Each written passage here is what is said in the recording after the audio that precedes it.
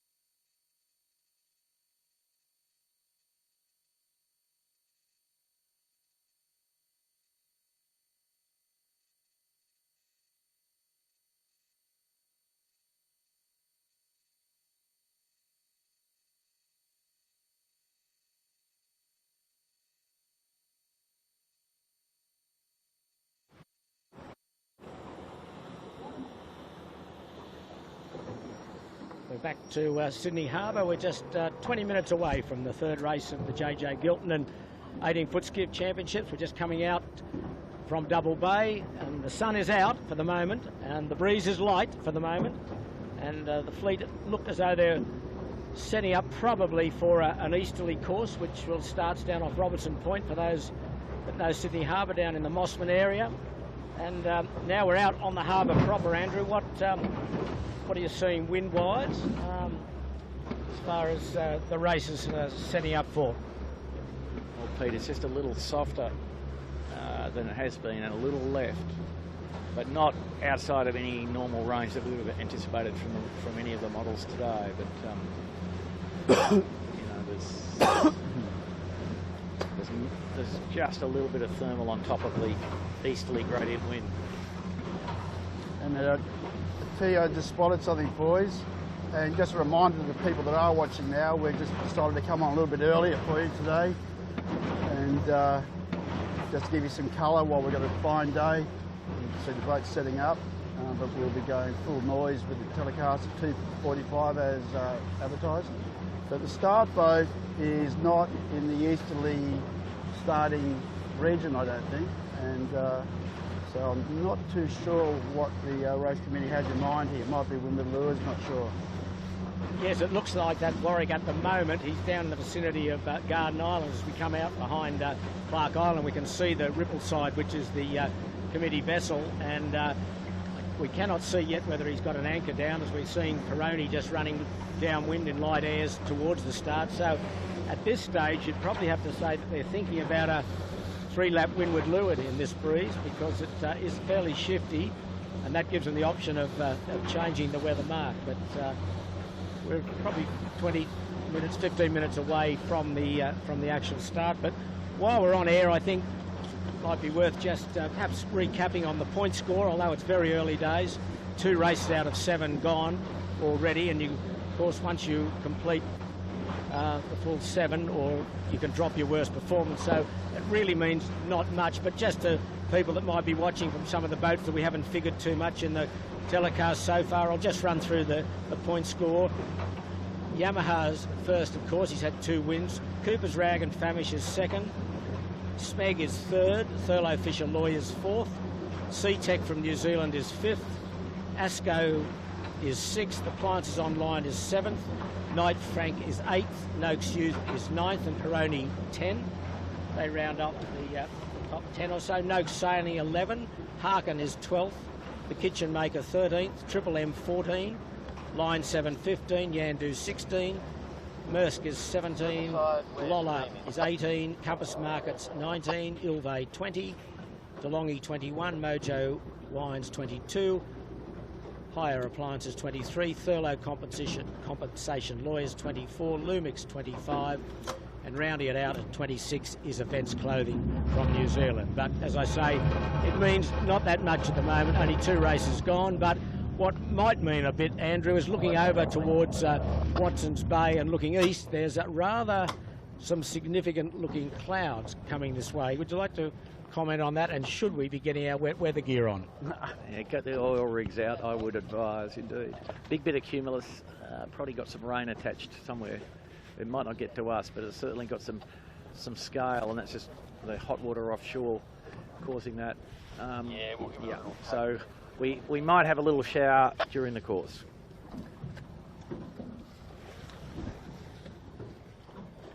So, Pete, we've seen the course signals on the boat. Course 2. Easterly course. Hey, Matty. I've left you guys enough room over there, but not enough to stake as well. Stay can stay out. Give me a You want to give him plenty of room. Warwick, do you want to talk about the course? Warwick. No, I haven't yet. I'm just on the sky hook, you know. Perfect. Warwick, put your headphones on.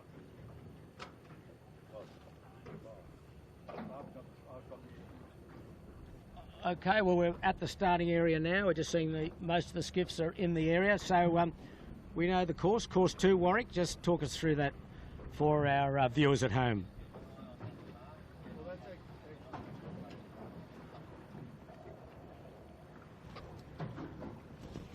Well, that's the easterly course, Pete, but in the course description, they actually have the start at Robinson's Point, but we're sort of more at Garden Island, so, and I think they've done this once before, so I think the race committee give themselves a bit of latitude.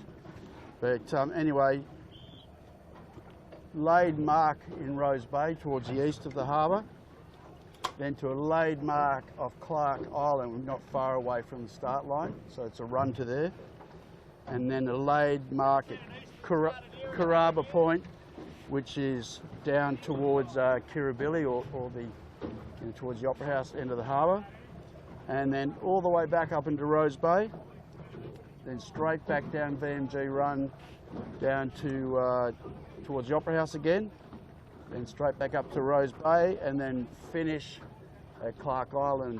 And just a reminder, if you want to get a better idea of the courses, there's a feature on the 18-foot skiff TV website where it has a selection of the courses, and we're, at the moment, as Peter said, they're displaying course 2.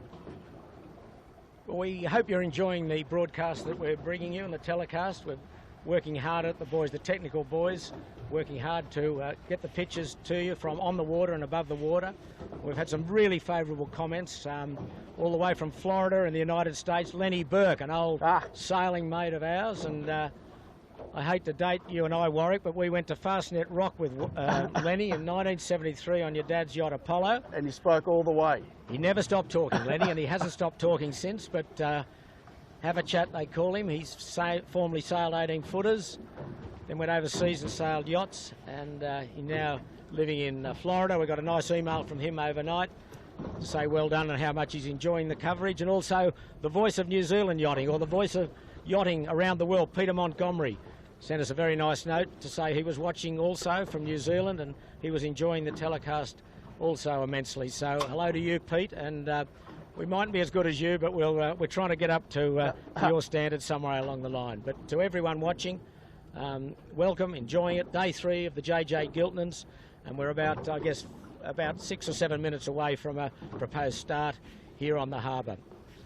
Well, Pete, you might as well set the bar high, mate, with Peter Montgomery. And also Chits, I think got some favourable stuff from Richard Gladwell in New Zealand as well. He does a lot of coverage of the 18s and very passionate about the class.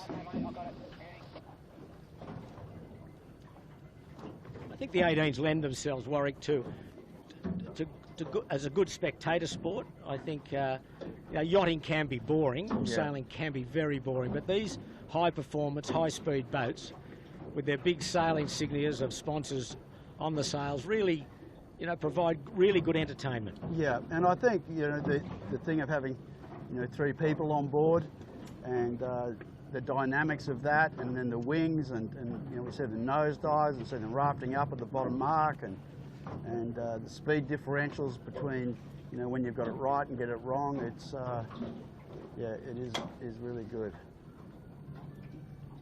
It's also a sport that's always different. I mean, nothing is the same, really. The breeze might be in the same direction, but it can be a different wind strength. It can be really varying in direction, and boats can go different ways. So nothing is the same, and you're learning every time you come out. Even the good guys say that. So there's something to learn, and it makes it very interesting as we're seeing the fleet just milling around. Very light now, Andrew, again, this breeze, and it's definitely a big sail breeze, no doubt about that. So we've had 2 races on the small sails, and now we're on a race with the big sail. So this will be a good test, a different test for all of the competitors.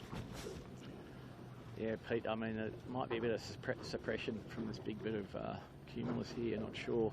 It doesn't look like it's a raining cloud yet, so the updraft suppresses the wind on the leeward side.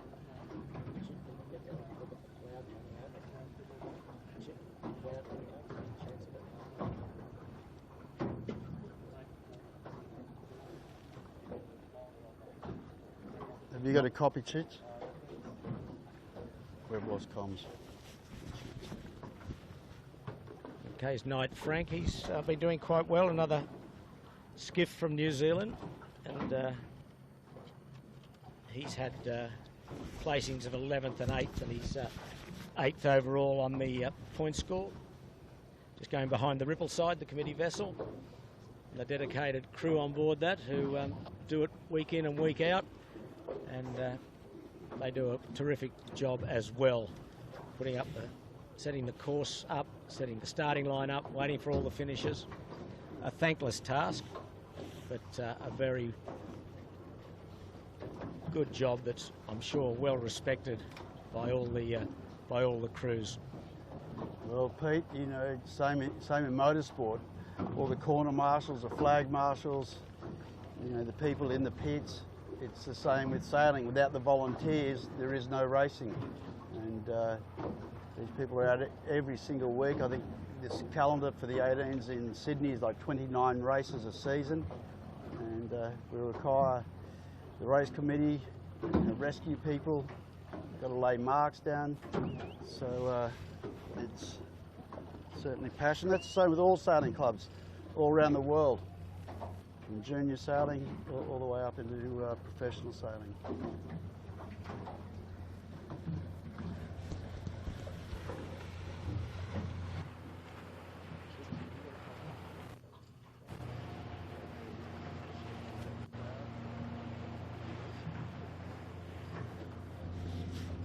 So, Andrew, no, east. To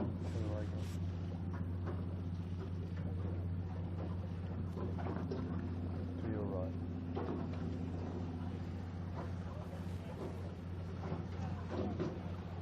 So I don't know if we've got a replacement on Note Sailing, guys.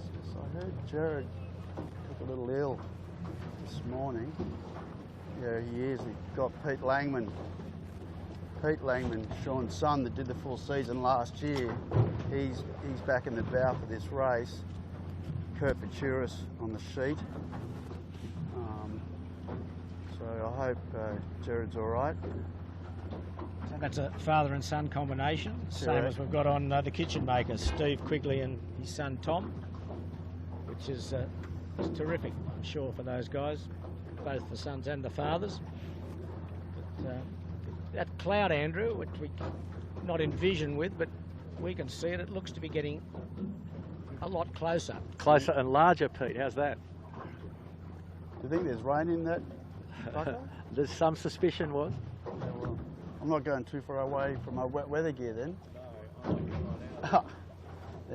No, I mean at the moment it appears not to be raining, and that's why there's some suppression of the wind, I think. As soon as it starts raining, the flow reverses the other way.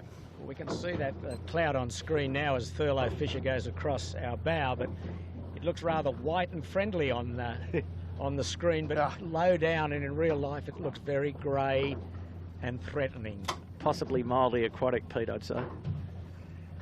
Now, I think one thing, guys, that there's a big chance of today is in these easterly breezes, light easterly, that you know, some people could get some big scores, some big numbers at the end of the day, and could shuffle things up a little bit. It's one of those fluky sort of days, and there'll be big shifts, there'll be big pressure differentials that could, as you say, mix things up. But so it'll be interesting to see how Yamaha goes. Last year he was good in the light air as well, big sail. So he'll certainly be good to watch his progress and see whether he can develop up to keep his great performance up that he has in the first two races. I'm just watching Andrew Buckland put his wet weather gear on. Early call. Andrew knows boats, so I think we might follow up shortly. But when he's got himself rigged there, I'm going to ask you both a non-sailing question. Okay, and I know Andrew likes trivia.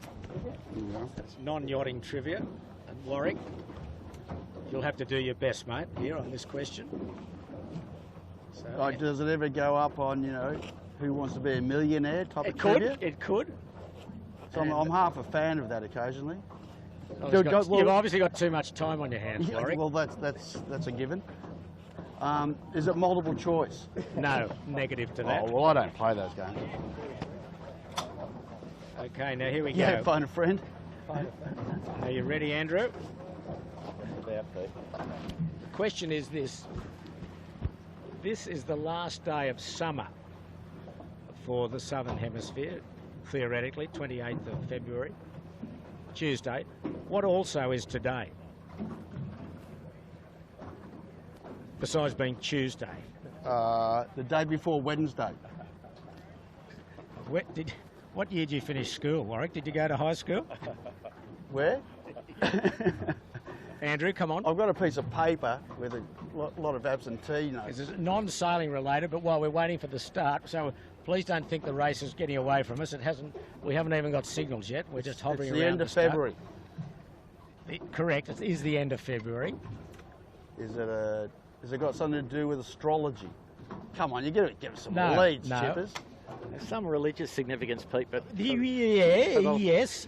Okay, Andrew, you're warm. For the life of me, I can't think what it is. Okay, well, we'll just go back to the sailing, and then when we're looking for things to talk about halfway through the race, I'll give you the answer. All right, good on you. Or no looking up the phones, or we can't have our phones on. Right. So no Googling, no nothing. Phones are off. Phones are off. Jeez, I can't wait for this one, Chippers. Electromagnetic on, It's gonna be huge. on the boat, and we have to have our phones off, indeed. That's correct.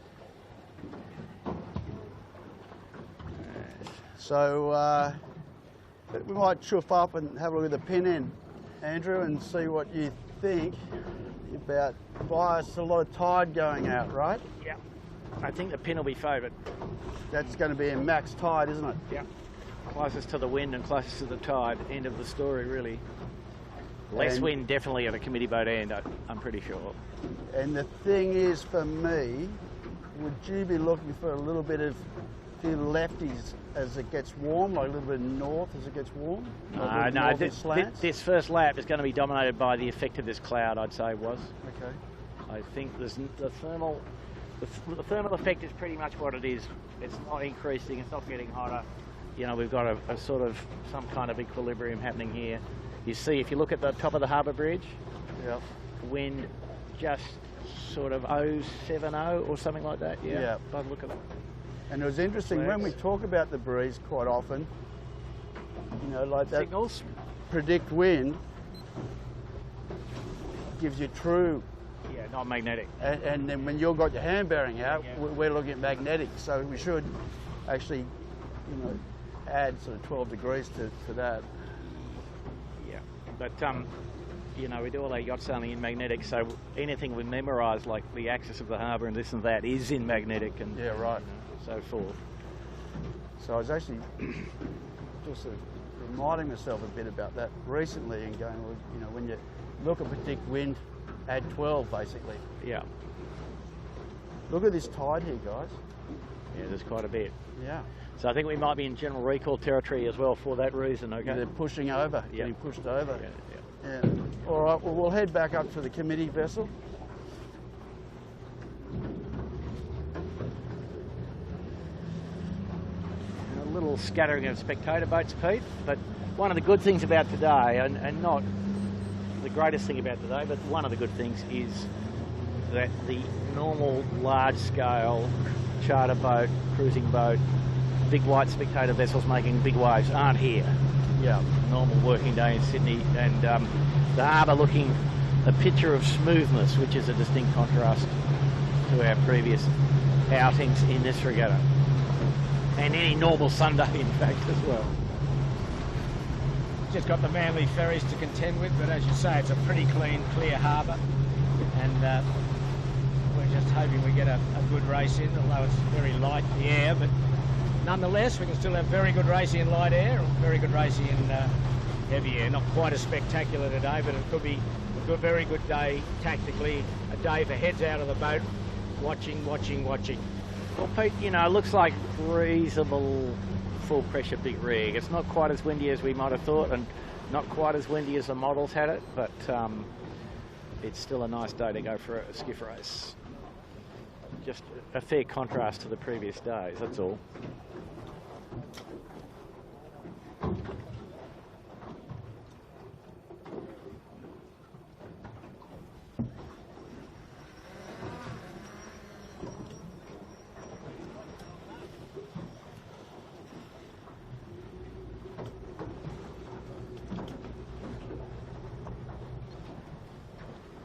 looks like what's on screen, we're looking at the bow, looks like Noakes Youth is liking the towards the boat end at the moment with Compass. Global Markets, a kitchen maker. And then Yamaha late into this. Yeah, it was. They went for a little explore up the beat. Yeah. And cased the joint, as it were, and figured out the first half of the beat probably. But I think everybody be aware that this incoming cloud is probably going to cause just under 2.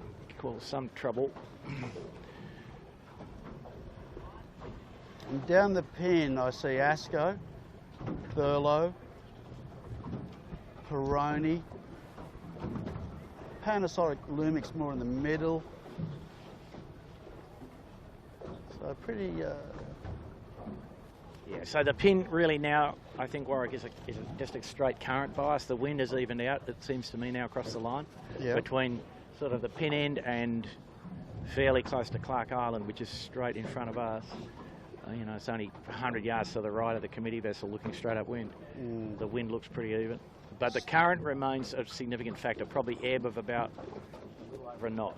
Yep, Smeg's down there too, Andrew. We're coming up for a minute. I'll get it again. It's 1 minute.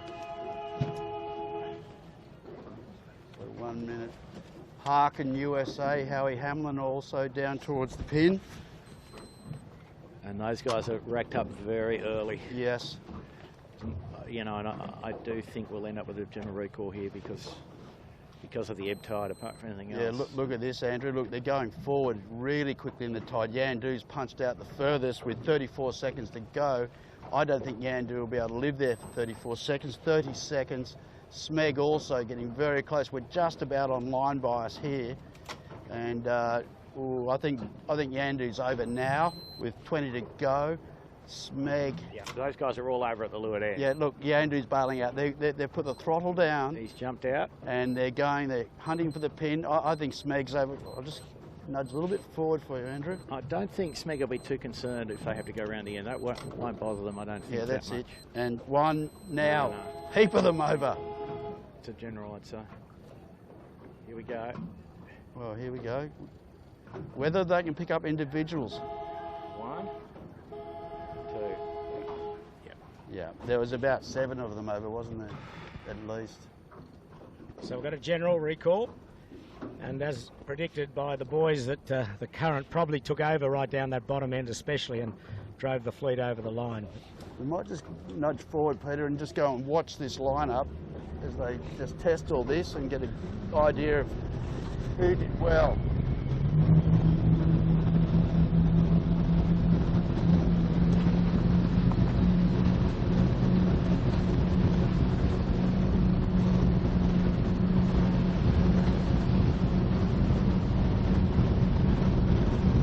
Triple M's punched out of there quite well, Andrew.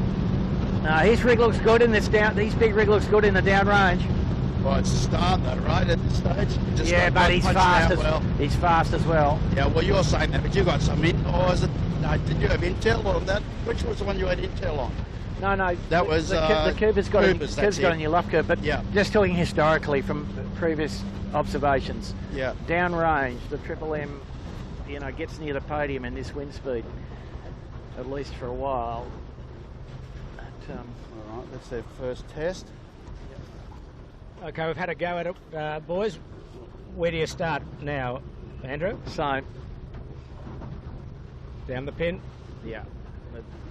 I mean, we're seeing now the breeze a little bit back to the right as this cloud just keeps coming over the hill. Looks like it's raining in somewhere. Further north. Manly, mate, maybe. It's raining in Auckland, New Zealand, I can confirm that. Is PJ on the phone, is he? I think there was actually there is a lot of water up north on New South Wales coast, I believe. Now, onshore wind, hot water offshore, it does tend to do that.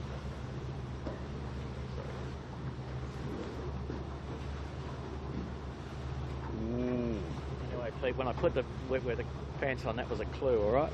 Well, I reckon you've done us a favour, Andrew. You put the wet weather gear on, which means it will not rain, so shippers and I will stay dry. Well, I've just put mine on, boys. So have you? Well, I taught Andrew to sail, and now he teaches me things. So I'm putting my wet weather gear on. Seamanship. That's right. See the weather coming, get ready beforehand.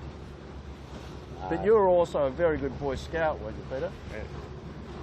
No. The Boy Scouts and the Girl Guides.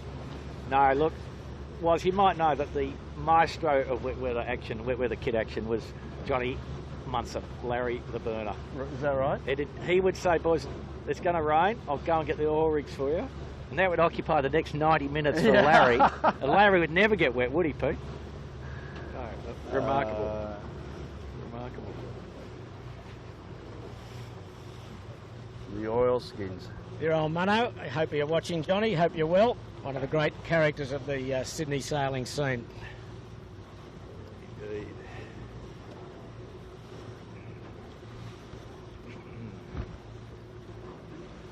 Well, the fleet's learned something and the committee's learned something, so let's have another crack at that, men.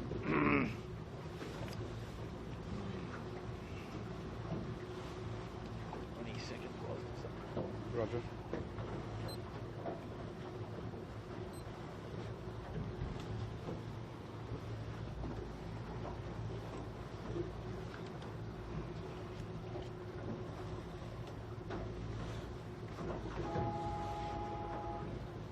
Go.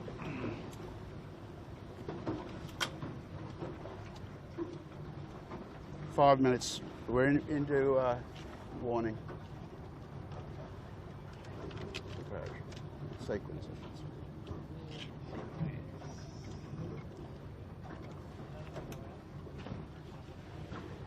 Alrighty. So I wonder if they'll all try and do the same thing, or other people see that they weren't happy where they are and make the pin maybe a bit more crowded. Rocco, what do you think?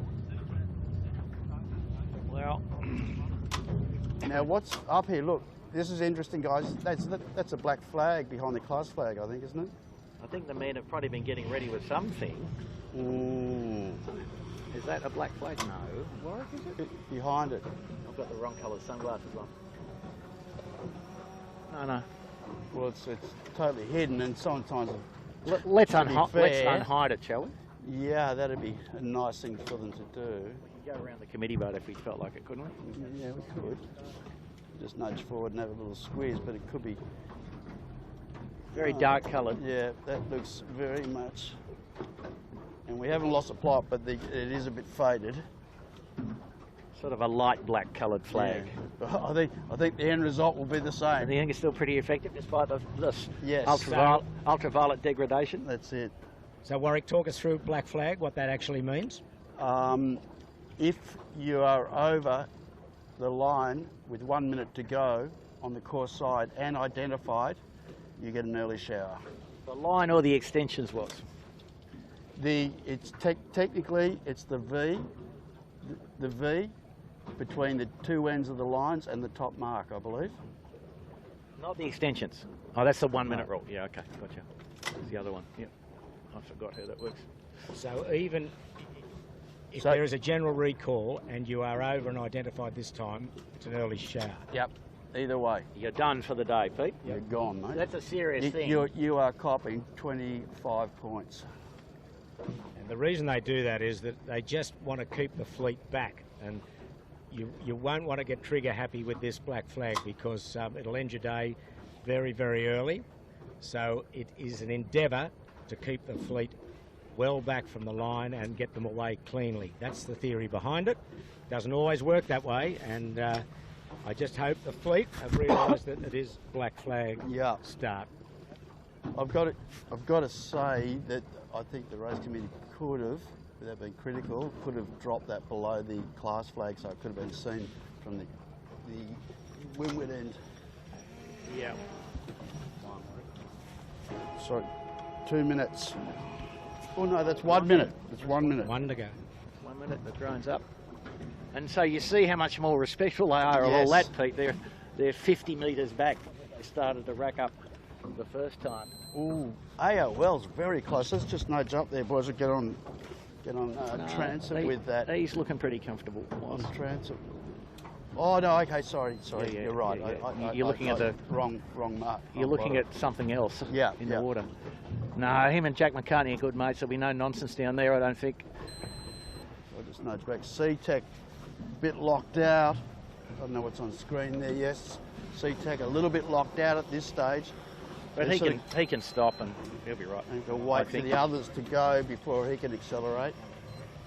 Sorry, 15. Just forward. Coming down to 10. Okay, DeLonghi's starting to go. DeLonghi's early. DeLonghi's over. Ooh. I'd say there's 2 black flags. What did you see, Andrew? Well, in my opinion, Let's jump down to and we'll take off. DeLonghi and the red Noakes boat were both over, but the committee hasn't seen that. Yeah, they're giving clear start. No, you're right actually, Pete. They won't put the numbers up. Someone will come around and pull you off the course. They don't. Dead right. No recall signal. So, Yeah, well, we'll see how Yamaha can work out a gas. They've started the boat with C-Tech, Noakes Youth, Kitchen Making. None of those guys look good to me at this stage. For me, the best ones are looking like Harkin USA, Howie Hamlin, Triple M, Asco, Noakes Sailing. Well, no, Yamaha, sorry, what was I looking for? Yamaha is down towards the pin, but deep.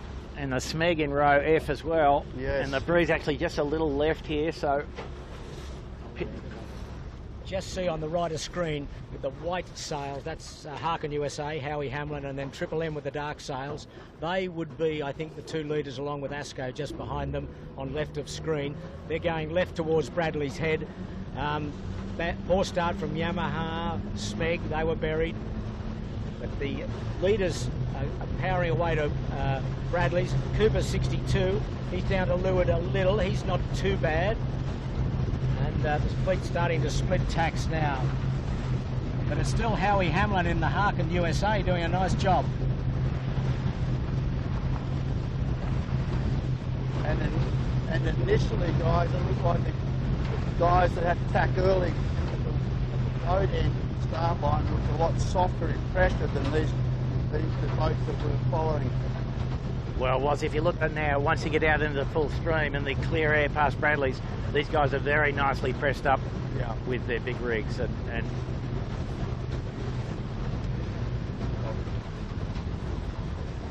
Triple M tacks and Asco or Team USA, Harkin USA lead. Not sure which one. We're looking at the fleet now going across to the right-hand side of the course. And of that group, we've got Noakes Sailing, the veteran Sean Langman doing very well. He's leading that group. He's standing right into Clark Island. That's him with the dark sails and the white insignia on his sail, and he'll be tacking shortly. There he goes to come across, and he will lead that pack. I think he's on starboard. Peroni's close to him, and it's not a great tack from Shauno, the veteran, and it will allow Peroni to be very close to him, but he'll have to duck him. He's on port or tack, and there we go. Peroni's tacking under Noakes Sailing, and we're watching Triple M go across to engage, but I think Noakes Sailing and Peroni would be pretty close to the lead. We'll see Noakes punch out there, and then Triple M will come into the picture now, and he will probably cross both of those boats, so you'd probably say he would be pretty close to the lead, while Howie Hamlin and Asco have stood right into Bradley's Head. So it'll be about pressure and the shift here, Andrew. Well, Pete, where we are in the middle of the course here, breeze has just flicked back to the right, and this is the cloud making its influence felt, I think. So right now where we are in the camera boat, wind up to about 10-12 knots, and we see who's come out of the middle there.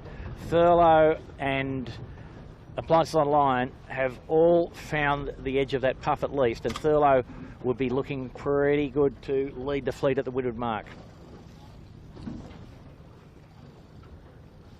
That's Thurlow with the darker sails, the TF on the sail, and Triple M to windward of him. Terrific shots from the drone, and that pack are now going back to middle of the course. Punching right are Yamaha, Knights Frank, Smeg, the kitchen maker in line 7, whereas Thurlow, Fisher and Triple M are going back to the boats that went over to the Bradley's Head shore. Howie Hamlin in Harkin USA, Asco and Cooper's 62, and Thurlow Fisher is tacking.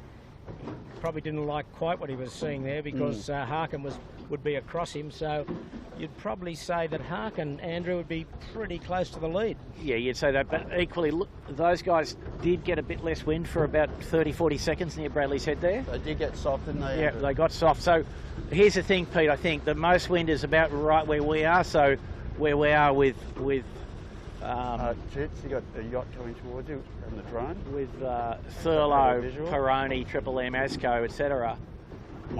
And the guys that have You're safe there. the guys have tacked back onto the far side. Not a lot of wind on the Double Bay shore at the moment. So full pressure here where Asco and Team USA are. And we'll just see what Thurlow does. I would expect they'll come back towards the middle when they get another 50 yards. Okay, and that's the group that we're focusing on now. That's the group that's gone right. And Yamaha's in that pack, Smeg's in that pack, Appliances on line 7 just going back across to the right-hand side of the course. But as you said, Andrew, it looks like Thurlow Fisher, who's gone up the middle, worked the shifts, worked the pressure. He probably won't be in the lead, but he won't be far off it. And the boats coming out of Double Bay that went to the right don't look very impressive at the moment. Yamaha's way bow down. You know, very tough over there, Pete. He was so bow down, he's gone back again. Yeah. Yep. So we're just looking at potentially our leaders being Harkin USA, who I must say, Howie Hamlin, Daniel Phillips, very switched on in this stuff, guys. And they're heading towards the Point Piper. Thurlow a little bit to their right, or Asco to their right on screen. A little bit further to the right of them is Thurlow, with a bit better pressure. So we've got a big split up here, and in about 300 metres, the island and the land come together, and it gets pretty funky, eh, Bucko? Yeah, as Killer used to call it, the Dardanelles. The Dardanelles, but Thurlow's taking some risk now, Pete. He's well into the land. Yamaha just trying for some clear air as well. AOL sort of making a fist of it, but just in the top 10, I'd say. But yeah, definitely good wind here, and you'd think that Thurlow shouldn't go any further. Here they go. And look at Howie, just getting nice little pressure, nice little lefties. Asco pulling 3 strings, fully trapped. Main's just clamped on hard. Anyway, Thurlow's out of their second, I think. Asco third. And slightly out of shot to the right of these guys is Noakes Sailing, Sean Langman having a beautiful first beat. Pete in the bow. First sail for the season for Peter on board. He's took a little bit of time off.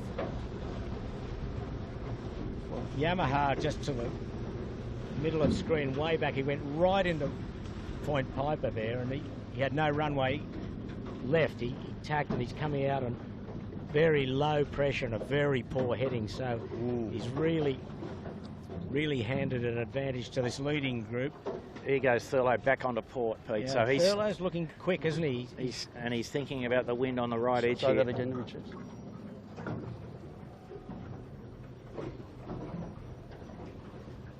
Okay, I haven't got. See that cloud bank in the at the middle of the top of the screen there. It's getting darker and darker away to the east, and it's probably be raining at Dover Heights at the moment. But nonetheless, it's Howie Hamlin from the United States who's leading, and there's a great shot of Asco.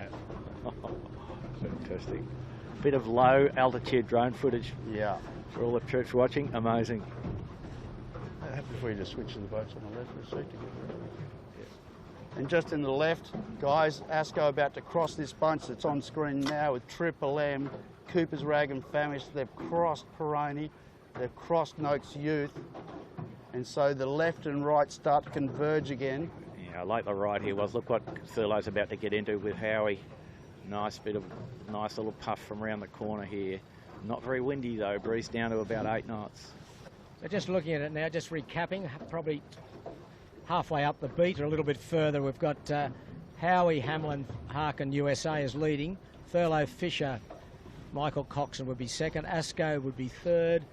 Then a group consisting of Cooper's Rag and Famish, Triple M, Noakes Youth, and Peroni would be the next group. Line 7 up to going in on starboard towards Shark Island. And the rest, well, they're well out of it at the moment, including Yamaha, Smeg, are well buried in the middle of the fleet. Chits, if you can just get on Thurlow Compensation Lawyers on your left, just they're up there. The leader's standing into Shark Island. Happening? I'm good. And their windward mark is about 300 or 400 metres to windward of those. That's Harkin USA just tacking now onto port to go back in towards Rose Bay. And they've got opened up a nice little lead. And Skip McCormick and Daniel Phillips. Daniel on the sheet, as we mentioned before, an Olympian in 2000 in the 49er class on Sydney Harbour with Chris Nicholson. He certainly knows his way around this harbour, so he'd be providing excellent input for Howie Hamlin. And that input is really working because they're a very nice lead. And jumping into contention up to windward is Jono Whitty in line 7. Can we get some bit more of the bunch behind now? And just to let you know, guys, Thurlow Compensation Lawyers, the absolute rookie team for this season, is up with this bunch and doing a great job, probably in the top 10. It's like Asco's wiggled his way into second spot as Dave Witt and the Appliances Online boys are standing right into the shore at the eastern side of Point Piper. They're just tacking. Nice little bit of pressure they've got there, Andrew. Yeah, nice little bit of right hand, and he's joined the dots together fairly well the last 200 yards. The guys on the Appliances, the last 4 tacks have been pretty good. Thanks. So I've got to get out of here. He's in the yacht race. Okay. You can turn left if you want. So we're back in the pack. It's a dangerous place if you're in the race, and it's quite a dangerous place even if you're in the camera cat. Captain Warwick's doing a great job, but Howie Hamlin looks nice. He's high on starboard. He's got excellent pressure. Breeze gone right here. Oh, look at that, Pete. And look where the mark is. Look at that header that Harkin USA just got. Enormous. It's got slammed on that one. About a 30 to 40 degree header. He was up high, almost laying the mark, and then he just got dumped. Yeah. Low pressure. Really big header. It's really tricky here, really tricky. There's going to be some good pluses and minuses here for the fleet. But the Smeg and Yamaha, they're back at the bottom half of the fleet. So that's really opened things up. Yeah, Real Britannia, the British boat.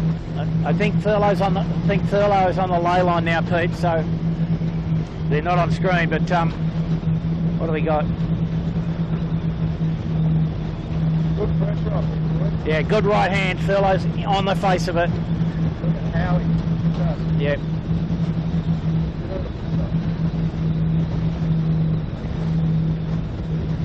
He's got about 60 or 70 metres to go to the mark, and he's got about 15-second lead over Thurlow Fisher. So here comes Howie Hamlin, the race leader. This is the first turning marker. Round he goes, starboard rounding. Harkin USA first. Wow. Just getting the waterproof paper out here, Andrew, because I think that rain is not far away. Yeah, it's getting a lot closer. We've got a waterproof app for that, haven't we, Pete? Somewhere? Okay, Thurlow Fisher second. I'm going to follow your lead, boys. I'll put you slam wet weather gear on. Just a bit less than 20 seconds, Pete. And they've got a good jump on the rest of the fleet. Line 7's going to get their third, so good effort from Jono and his boys. Whitty's bailed his way up to something reasonable. Asco's in reasonable order. But it's, as you can see from the overhead shots here, there's not much wind. Not much wind as line 7. Jono Whitty tacks. Asco just 2 or 3 boat lengths behind him coming in on port. He will be next around. Now this is nice and tricky here. The starboard tacker's on the wind, on the low line, intersecting with the port tackers downhill. Yes. Always a scary position. Peroni will be next around. Yep. And Nick and his boys will be happy with that. It's a better effort from them. Triple M is next. Line 7 wasting a whole lot of wind there. There's a bit of carnage coming up. There's a bit of carnage. Noakes Look at this. Powering in. It's going to get round behind Noakes. There's appliances on line. Have a look at this bit of wind here, Pete. Yeah, Subtly where we are now, almost. Noakes Youth. And the line 7 nearly in the tide. Camera to the right. Chit with line 7 having all sorts of bother. Yep. He's right. Yep. Okay, Noakes Youth's around, Knight Frank's around, Dragon Famish around.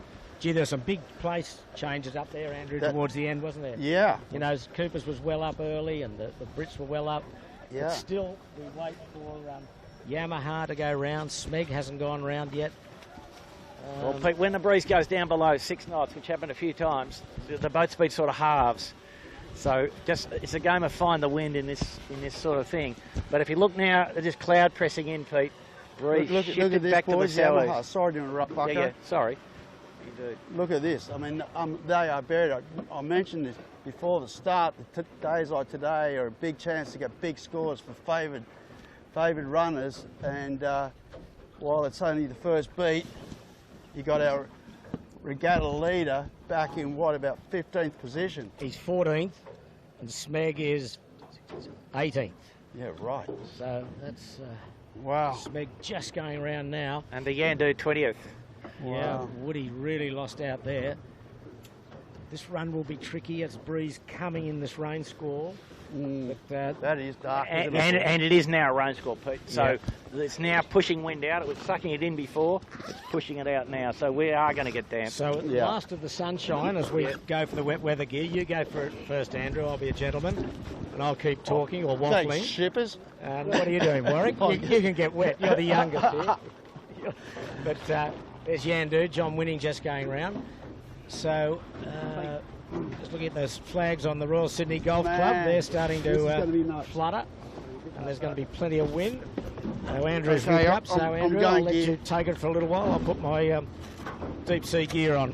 I thought we were just sending Larry down below to get them, mate. What's going on? And bring up bring up a cheese sandwich as well, will you, mate? A bit peckish. Here we go. So breeze about 40 degrees right now, and we're on the front of the rain squall here in Rose Bay. And Woz, if you want to point the bow downwind, that would help our cause. We're about to get wet.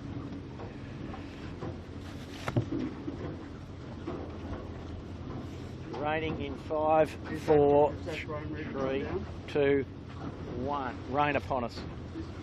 Chits, is the drone ready to come down? We've got massive rain coming. Well, Woz, maybe we can catch the fleet a bit, eh? Let's get that thing in.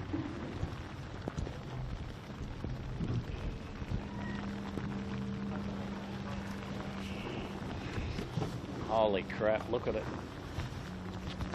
There's the guy on the wind there with his full mainsail, not in shot, but upwind in the squall. Drone in.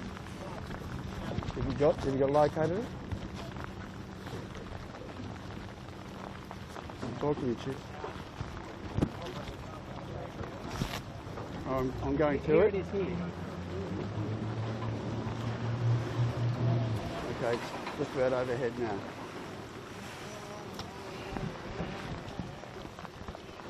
While that might look a lovely sight on the screen, looking away to a sun-drenched Sydney Harbour Bridge, I can tell you in Rose Bay, where we are, following the fleet, it is absolutely bucketing down.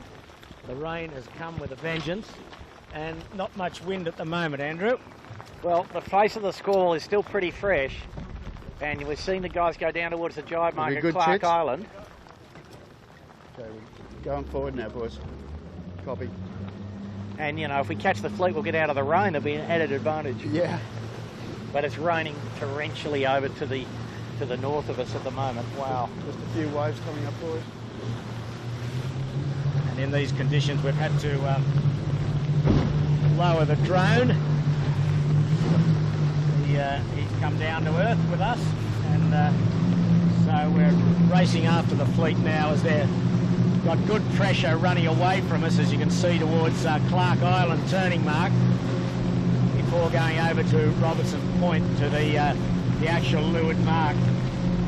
But boy, it's wet here on the harbour. We're off Point Piper, and it is bucketing down. And we've got a swimmer here. Is this Cooper 62? Cooper 62 has been in the tide. That's most unlike them after two very good first two races. They're now in the tide, and they will suffer greatly from that. Yeah, and that's their second in the championship, right?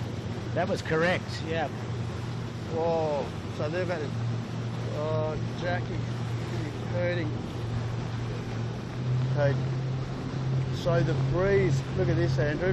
There's boats like down here, the tail end is higher, and Mojo got really good pressure where the guys in the lead, and they're sort of sitting on this rain squall, right? Yeah, they are now. Thurlow's the leader, I think, is Thurlow now, and he appears to be in plenty of pressure on the leeward side of that mark. So he's gone around the mark. Yeah. Howie's just jibed sort of on top of him, but Thurlow's leading. Okay. And they've got plenty to get down to the bottom with. I think looking from here, looks like they've got 12. At least 12 knots. So this will be a good indication, boys, of who's done what on the run, because we'll be able to, as they go around the mark, we'll be able to count them off. So first Thurlow, second Harkin USA, third Asco that moved up a lot, fourth Carnage. So not much has changed there, but they've maintained their relative spread over the fleet, it seems to me, pretty much. Yeah, but I'm more talking about the guys at the back, Andrew. Look at this gaggle here. Look, they're all compressed. Yeah, well, they've concertinated. That's what's happened, Warwick, because the breezes, they've brought the breeze up to the leading group, and here's a capsize. The Mojo on our bow. The Mojo's just gone in. Yeah. So his day is soggier than normal. So there's a big gaggle at this mark trying to get round. Some have. Hey, Chits, let's get on the action on the mark, mate. Some have gone overcooked. There's another boat going in. There's absolute carnage at this mark. Okay, we've got that on screen now. Just mayhem. Boats left it too early to jibe. They had to run square into the mark. Johnny Winning's the one that did well there. He was way back, way deep, and he's got up himself into the nearly single-figure placing. Smeg's still buried. Yeah. Yamaha's got himself out of a bit of trouble. Triple M's been buried. Yeah. And the biggest jumper out of that run was Noakes Youth. They went from about 11th or something up until 6 or 7 maybe. Yamaha's got themselves out of jail a bit too, Where are they, Ducko? Yamaha's 9th, I think. So we're just following, this is the bulk of the fleet, Warwick, that concertinaed up here. And they all got a real gaggle at that jibe mark. But now they're all running away on a good starboard jibe with good pressure. But just, I hate to tell you this, boys, just have a look across to starboard. We're about 500 metres from Bradley's Head, and you can't see it. Yeah. You cannot see Watson's Bay, you cannot see Shark Island. All I can see is rain. Yeah. So I might go home, Warwick. Is that all right? No, you're off watch now, Peter. We'll come and get you in 2 hours' time, mate. Well, I'm glad we put the wet weather gear on. It is, we thought we were in heavy rain before. We're in heavy rain in about 3 minutes. It is bucketing down, so our tech boys are doing, again, a great job to keep us on air. We've got the drone has dropped, which is understandable in these conditions.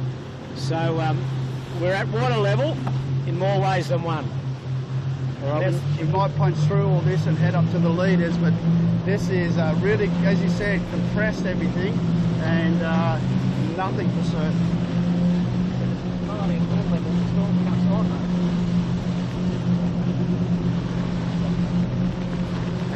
Probably going to rotate him into the left here and just fall. Man, look at this. This squall's outrageous. It's going to get worse. I can see blue sky, a bit of blue sky just west of the Harbour Bridge, and then, man, it's just nuts here. Well, the Opera House is still bathed in sunshine. Yeah. Absolutely bathed in sunshine. We're 2 kilometres away, and you're lucky to be able to see 100 metres. The rain is so heavy. So we're getting a good wash here. The fleet are still running down on starboard. There's Thurlow in the distance, just jibing with the white spinnaker to go into the turning mark, and he will lead the fleet round. followed by Harkin USA, Howie Hamlin. A couple of boats that jibed early. Line 7 has jibed early. There's good pressure. But it's, as you said earlier, Andrew, Yamaha's worked its way into not contention, but certainly in touch with the leading group. And so is Smeg, actually. Oh, look at this, C-Tech. Oh, hang on, Yamaha's in trouble. And so is C-Tech. Yeah, 3 Kiwis. All came together. Wow, C-Tech's in. So that's the face of the next part of And the I squall. think, did Yamaha collide with him then? They look very close. Yeah, I didn't pick it up. I think they may have. Yamaha But going into a jibe pretty shaky. Look at this, Yamaha could be in trouble here, boys. Yamaha's in. Yamaha's gone. Capsized. Regatta leader Smeg's gone. in the tide. Smeg's Oh, gone. Smeg's it's a gone. graveyard down here. Wow. Man. Wow, it's Triple M's in. No sailing's in the tide. Man, and this, look at this, they're on the right on the edge of this. Lumix is going. Lumix is in. Oh no, she's just dropping the spinnaker. So let's get up. Let's get up to the top. Oh, there's a broken mast in there. Right, is that Lumix? No, I think it's it's the kitchen maker. I think is it Steve Quigley and the kitchen maker. It is, you're right. I apologise, we cannot see. The visibility is unbelievably bad. There's two more hang down. on, there's C-Tech's in. Look, there's two more down at the mark as well. 1, 2, 3, 4, 5. Look Five at this. boats here, 6. Notes Youth gone to the lead. 7. Anyway, Notes loose. Where's Thurlow Fisher? Asco there. Oh, okay. Oh, there's another one in. There's Asco. Thurlow Fisher compensation lawyers. Steve Quigley's got a broken mast. Thurlow Fisher round the mark in regulation and officially AOL second, line 7 third, and plenty of guys having trouble getting to the mark. Well, you can He'll be fourth. And none of these That other was guys nuts. able to get on the That's mark. in vision. I'm pretty sure it's the kitchen maker, right? Yeah, I think you're right, Steve. It was hard And the to other see. guys coming here late charge at 2 to 62 are coming from being in the tide at Port Piper. It's hard to tell how much wind we got, Andrew. Yeah, I know. We This just cannot see anything. This We're is just- survival now, Peter. Yeah, it is survival. Blurred out here. And you can't see. And I tell you the bloke that's going to do well here, John Winning. Hang on, what's happening? Are these guys still trying to... I think these guys are still trying to get to the bottom mark. Yeah, those guys haven't gone around the mark. Yeah, But right. John Winning has. He's up near Fort Denison. Cooper's is going to be next. Look, Compass has gone in. Compass has gone literally in. cannot see a thing. Compass has gone in trying to bear Phenomenal. away. I can't see a thing, guys. Phenomenal if you like rain. If John's gone around the weather mark, I don't know whether he has. He's over near Fort Denison. They're in survival mode here, I think, Andrew, aren't they? Yeah, that's right. But Cooper's is down the mow. I've lost comms with you guys. I'll tell you what the deal is here, guys.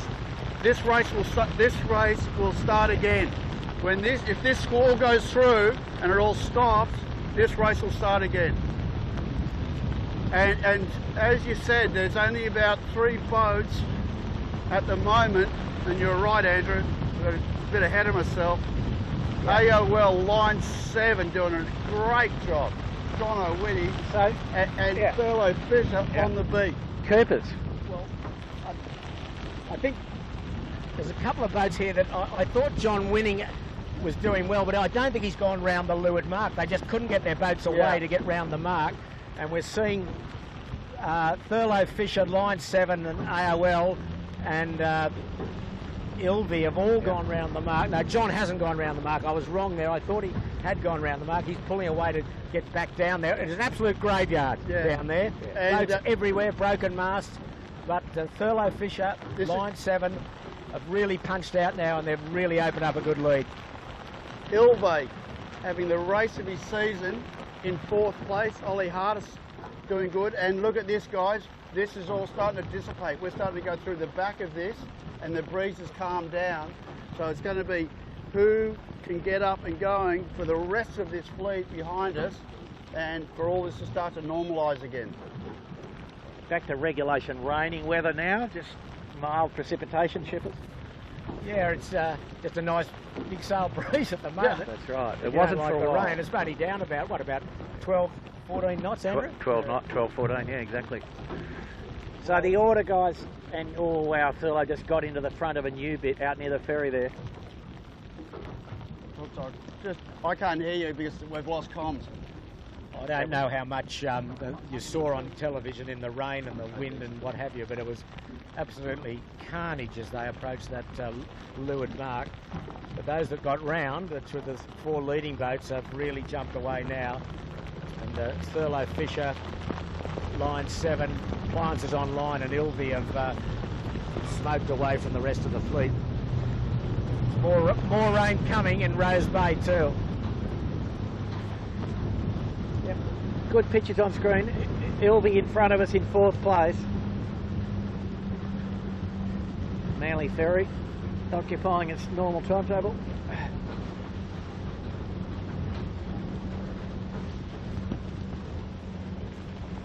I tell you one thing, guys, which is amazing. Remember we saw Cooper's Rag and Famish capsize up at Point Piper and gone dead last. They're just behind us in 5th place now. Yeah, he's now up to 5th. Put your hand up when you want to talk. Copy. Yeah. I can hear you, Pete. For the viewers, you know, we're just having a little comms trouble, something to do with rain and water in the wiring, I think, but we'll keep an eye on. So this is almost east northeast again, this breeze was.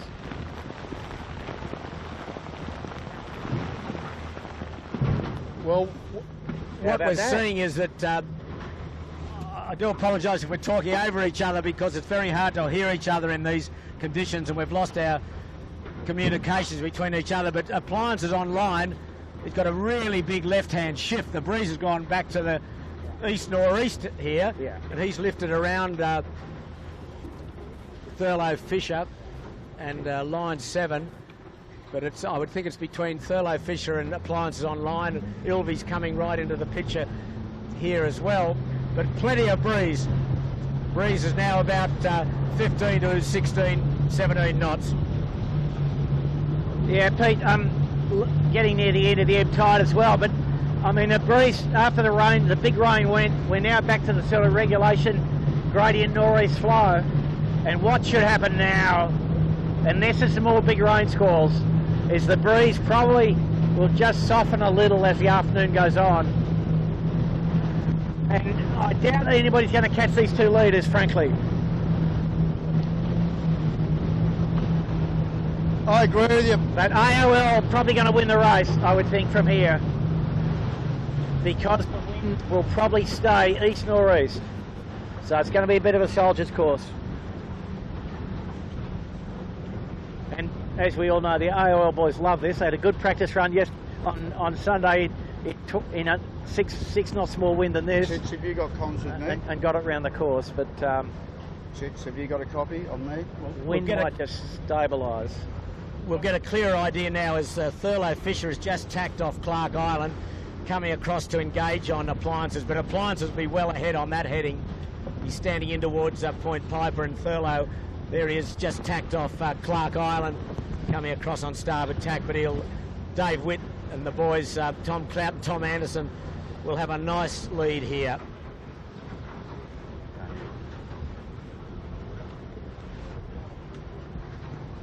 So, Witty at full load here, Pete. All right. Bit of flappage. I don't know what the viewers are seeing at home, but on our onboard monitor we've gone full mist, so we apologise for that. But this is absolutely very extreme conditions, and Ferry, sorry, just forward, mate. Copy, thank you. And so we'll get to go back to our backup handheld camera. Got Christoph in there, so yeah, pretty wild. Well, we can tell you that Appliances Online is a clear leader. He's halfway up the beat from Robertson Point going into Rose Bay again. Thurlow Fisher has just tacked about 80 metres behind him and slightly to leeward, but here we are on shot now. We're just going to come around to back to a bit of the fleet. That's the other camera still, Pete. And that's looking down, back downwind. But there's boats everywhere. It's just Christoph's in place. Chits, have you got me on the other comms? A very unbelievable day as we're trying to get some better vision on the camera. And here's the race leader, doing it very nicely, looking very comfortable, Andrew. Yeah, having a cruise, a nice sunny day harbour cruise, really. Now, Andrew, last On Sunday we spoke about the twist. Yep. In the sails, and the mainsail especially. Just tell us, to the layman, what you actually mean by twist. I mean, we know what it looks like. Yes. The top's twisting off and the bottom's not. So explain how that is beneficial. So just in a sense, you know, to go upwind, the sails at the bottom have to be sheeted close to the centre line. Most of the forward force is generated by around the half height of the rig. So if you look just above the spreaders, that piece of the mainsail and the jib provide the engine room, and the top part of the sail is kind of a balancing item in a sense in these boats in particular. So more twist allows them to have less drag and more controllability through the puff lull sequence, so that the boat picks up horsepower quickly when the bow goes down and gets rid of it quickly when the bow comes up. It's a pretty important part of the equation for these 18-footers, but you would see that modern keel boats not dissimilar anymore particularly.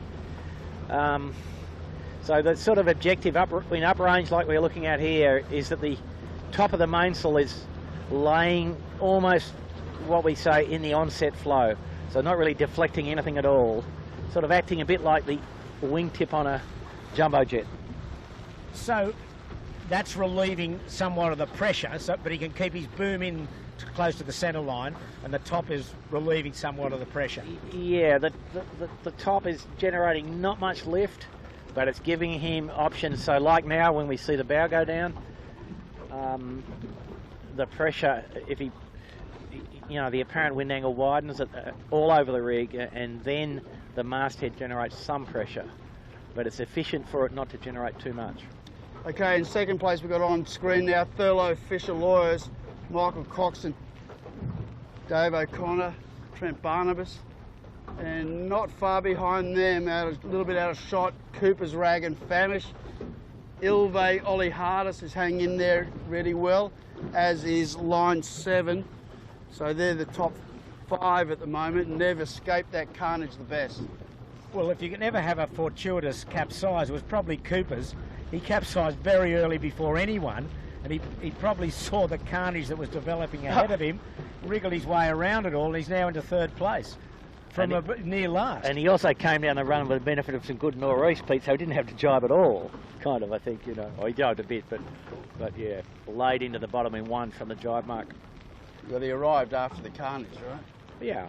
Well, he had a bit on to get the chute off. He was struggling at the bottom, but they got the job done. So there he goes. He's Jackie McCartney doing very well. He was second on points going into today, and if he keeps up somewhere he is now, he'll still be very much in the mix. We don't know where Yamaha's ended up, or Smeg, or any of those boats that lost in the mist. For these guys though, for Thurlow and Coopers though, and for AOL in a lesser sense, these guys have had good results, you know, solid results, and you know, in the terms Michael Coxon from Thurlow uses, we'll just get another keeper today, you know. That's his ambition every time, is to get a non-discard race, and he will, I believe, achieve that today. And equally, the Coopers, having been on the riding lever, look like they will finish on the podium, because, as I think I said earlier, I doubt we're going to see any strong wind between here and the finish now. And there may be another rain squall. There's a bit more rain up at Manly, but a gentleish east nor'easter in Rose Bay now, 10 knots perhaps. Yeah. So we're almost back to what we had at the start. The sky's starting to clear away to the east, but not to the north, which, as you said, it's torrential rain at Manly. You cannot see Manly, but so we're just looking upwind at Appliances Online, the race leader on the left, and just going out of shot, Thurlow Fisher. Cooper's 62 Rag and Famish will be third, and then here's the fourth place getter, Ilve, who's done a fine job to stay in touch all the way through. Looking back down the fleet, they're way spread out. It's a big gap back, isn't it?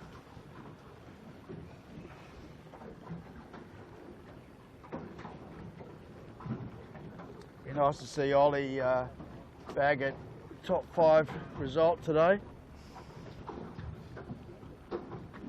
Wow, that was some rain, wasn't it? Sure. It was a good little squall. So, I wonder if Larry's everything. Is that to be sandwiched?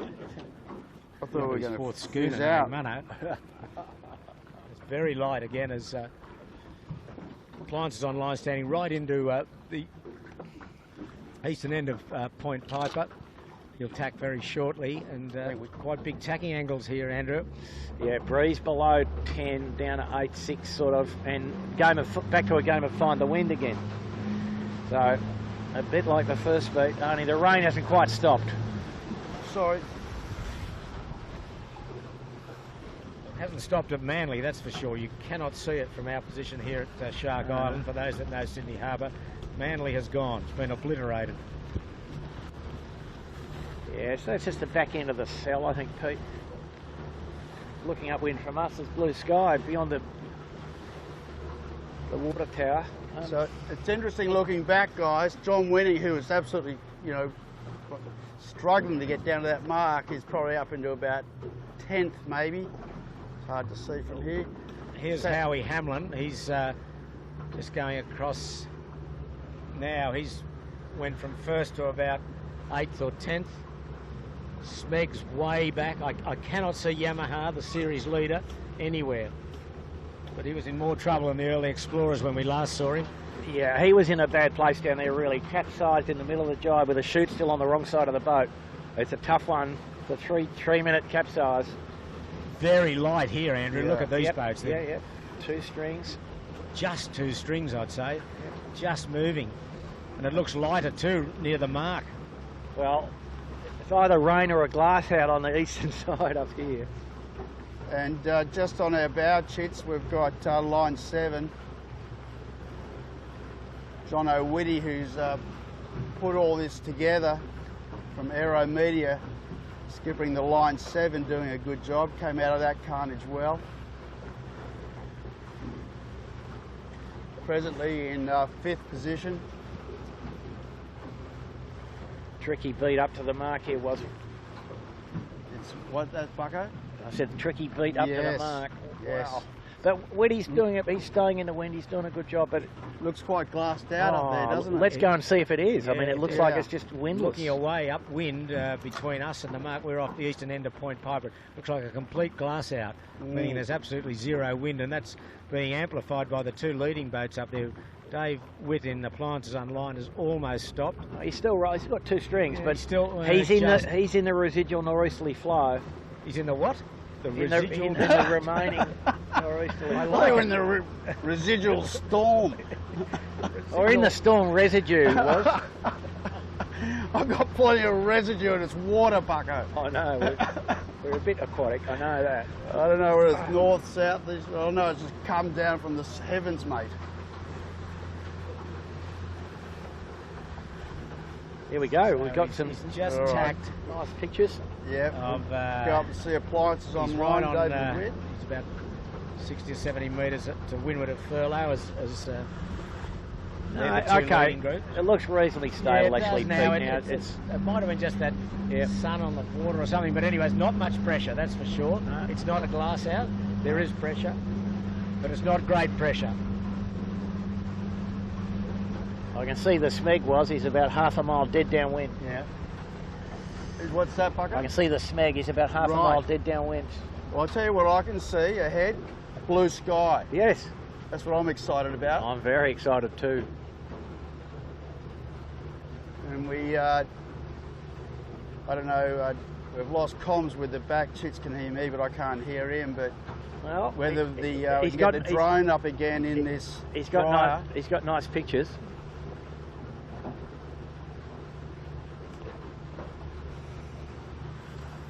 Still got a fair way into this mark yet. He's the leader. You can see Dave Witt just standing up on the netting there.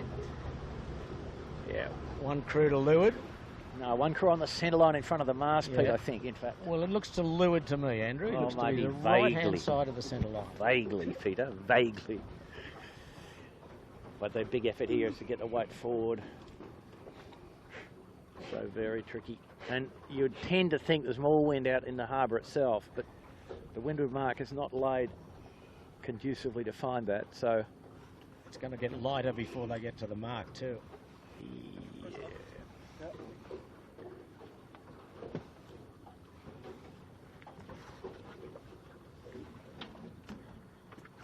Wow. Well, that's an amazing half hour, isn't it, Pete? Glassy down at middle head. I can see you pointing. that is crazy. Extraordinary. Wow. Makes for exciting racing. That's a few seasons in one day, that's for sure. Yeah. Close in on the leader here. It's gently catches the monkey here. Yes. Just incredible, like the skill sets required in the last 15 minutes is as extreme as you can get.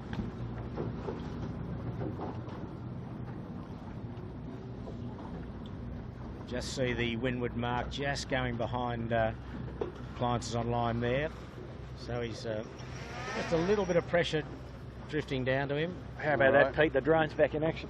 Yeah, we're and a little more wind just pressing over the hill here too. We're in the air and we're on the air. This will be final approach, hopefully. Yep.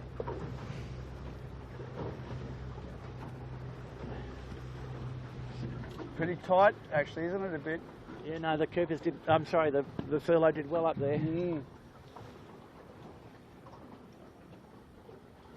And AO World, a little bit of a tight lane, might have to squeeze a little bit late. Here he goes, just dialing up a little bit, coming in a nice breeze for the Barraway. Nice wind coming out of the corner though was. Mm. So he'll take full advantage of that. Yeah, get the chute up and get going. So there's not much in this. No. It'll be. The attack's pretty expensive, Pete. Yep. But it's good Still pressure. not much in it though. Got good pressure. Oh, and Whitty would have carefully scrutinised the shape of that puff, and he'll make full use. Well, in fact, I think Thurlow's going to be in the better of the pressure. So what have we got there, about 15 seconds? Yeah. Good estimate, Pete. And Thurlow's going to do a Barraway. Windward set. He could have jibed, but he chose a Barraway. Yeah. Great set. Yeah, good set. Great set. Wow. The two leaders running into Rose Bay. They're high because of lack of pressure and direction. And then looking back down the fleet, we're going to have Cooper's 62 dicing it out with line 7 here. Line 7 and Ilby, yeah, sorry, Pete. Ilby's back a bit further. So it'll be line 7 and Cooper 62 vying for third. And it looks as though Jono Whitty, will he get across? Oh, no. Oh, the Thurlow in the tide. Oh, no. Unbelievable. No, they've Can they rescued save it? No, they can't. They cannot. Wow. Wow. Whoa, I missed that. In this breeze, or lack of breeze. Yes. What happened there? Thurlow's in the tide. Unbelievable. Just turned too vigorously in the jibe. So Appliances Online goes into the lead. A clear lead now. He'll be. No, have a look at this though, They're boys. going to get this up with the chute up. The with Thurlow this breeze. rescue with the chute up, which is kind of unheard of. Oh, in this breeze? Oh, he's got it half. Kind of. No, they let the halyard go. Oh, You'll be right. Oh. Whoa. Gee whiz, eh? Just shows you just look at this. So we're closer here at the weather mark. Cooper's on starboard. He's got the rights at the moment. On line 7. Line 7's got a duck, and there's Ilby into the mix as well. Now, I think line 7 will still lay. He can lay. Just. Wow, the Thurlow. Pressure down again. Thurlow is up. Where's the spinnaker? Over the side still, is it? Or is it? Yeah, possibly. He looks as though he's absolutely stopped. Men working on it. He's trying to haul it up. Be full of water, obviously. Look at this again here, boys, on the right. Line 7 tacked to go around the mark. When they did, they had right, so Cooper's had to respond. That's all a bit mad, isn't it? So, yeah. Well, that's starboard hand roundings, right? Look at line 7. He's almost calmed. So Thurlow is still struggling. Getting the chute up now, I think. You can see the chute's out on the bow, but it's not up the mast. No, it's 2/3 of the way up the rig. Is it? Behind the mainsail? Oh, yeah, he should be right now. Yeah. So he'll still just be hanging in the second. Full of water, though. Doesn't want to come out. Okay, we're on Ilvay line 7 battle here, boys. Cooper's 62. Line 7's got some issue with their chute. Yeah. And so's Thurlow. Thurlow's got a few issues. Line 7's got a wine glass. They might have to jibe to get that out. As the first round leader, Harkin here, approaches the mark. So he's 1, 2, 3, 4, 5, 6th is Howie Hamlin. What's going on the Thurlow, Can you figure that out? He's Shoots up. He can't get it. There's a man in the bow. I don't know. Look, they've got to capsizing go in again. Look at this. I think it's prawning. He's probably got a spinnaker full of water, has he? Yes. Yep. Looks pretty Okay, likely. round goes Howie There he Hamlin. goes. Next will be Lumix, Knights Frank, Yandu. Camera's on the Thurlow. Smeg is... There he goes. He's off. Finally. The Wow, boat I what a cannot see, relief. boys, is Yamaha anywhere. Yeah.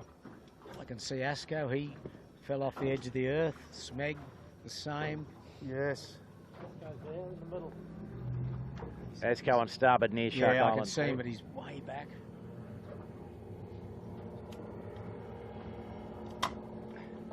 So, man, this is blew the fleet up. Remember how compressed it got when that pressure came in at first, and then when that storm came through, it's just blown the whole thing up. They're going to be like a leg apart.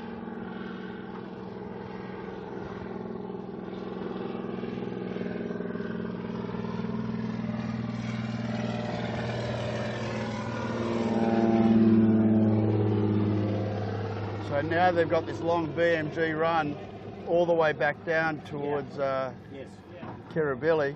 Yeah, it's a long way, and It is a long way. the leader, you know, it's only blowing 6 to 8 knots, and the leader's down off Point Piper. And then they have to come all the way back up again. Next around, John Winning, Yandu. He'd like those survival conditions down the bottom. He'd thrive on that. Yeah.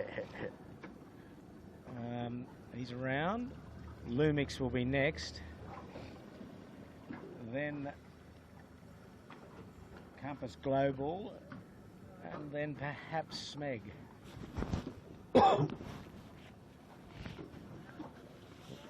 Lumix Panasonic around.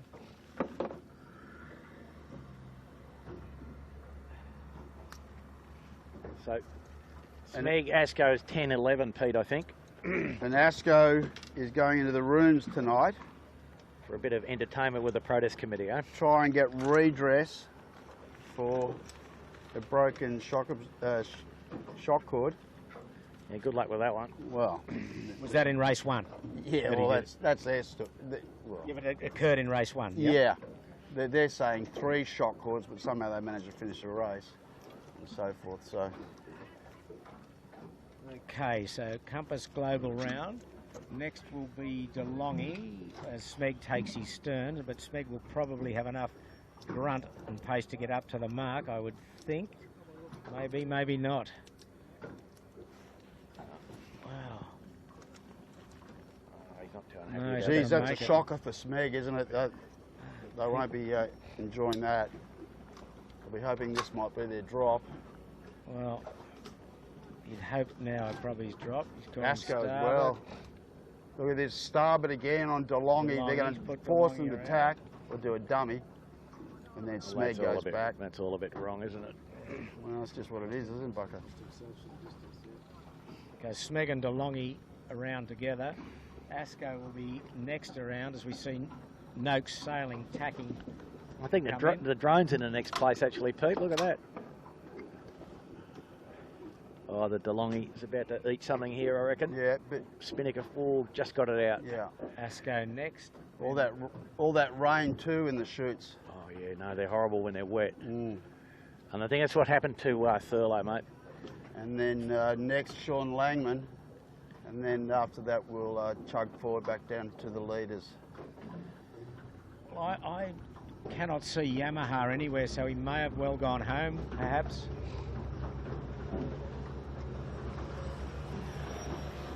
C-Tech will be next around after Noakes sailing. Get altitude if Then you want. Peroni. Yep. Furlough compensation.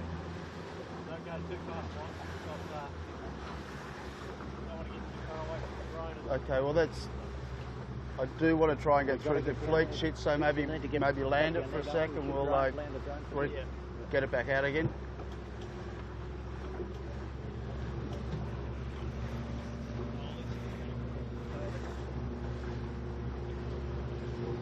Yeah, he said, let's go. The drone will follow. He's happy with that.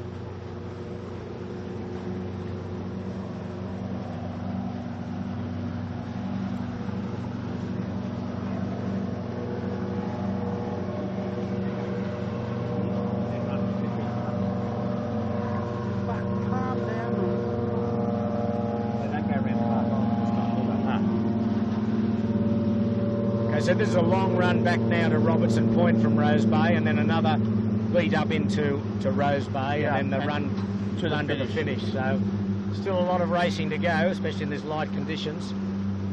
And we're seeing that Appliances Online has got a massive lead.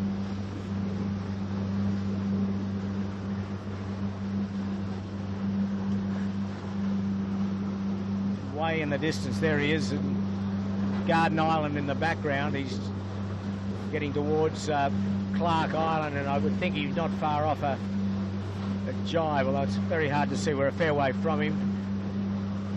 Thurlow is still probably just second from Cooper's 62. A comfortable second, Pete, still. It's comfortable second, okay. Then Cooper's line 7 and Ilvey close. Then a gaggle of Harkin, Compass, Yandu, Knights Franks, Lumix, Yandu here. Very light again. Look at Yandu. Very soft pressure.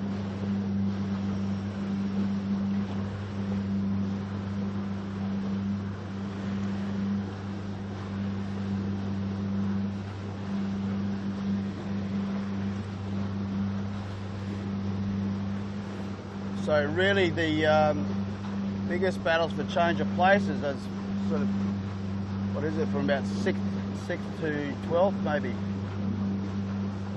The others sort of spread out a little bit, haven't they?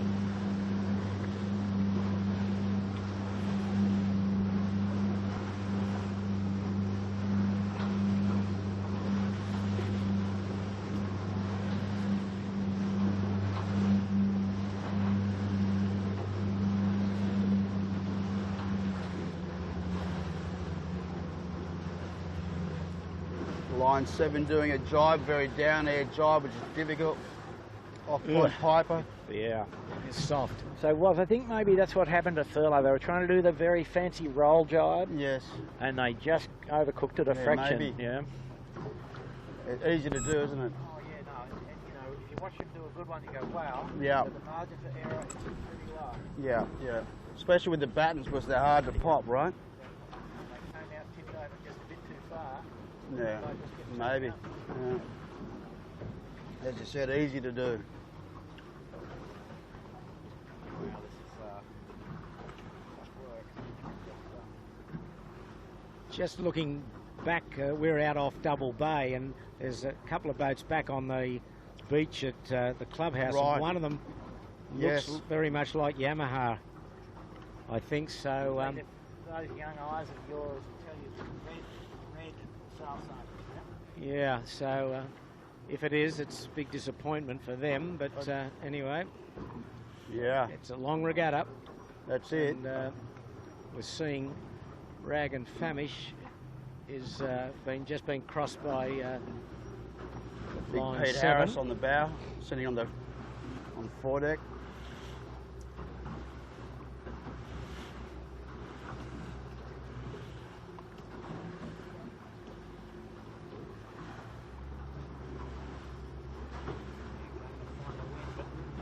Online have done a pretty good job by the look of that. Oh yeah. Solid. Oh yeah, they've extended. Yeah. Well, I don't know the number, but they're certainly extended, that's for sure. Eh? Thurlow Fish has done well to recover after that capsize. He's sailing pretty well down here. He's sailed pretty well all day, really. And just behind us, guys, just to let you know, it's a bit hard to see out the back of this boat these days, but there's a bit of breeze. These boats are coming down with a bit of breeze, the guys behind, so they might sort of compress a little bit again.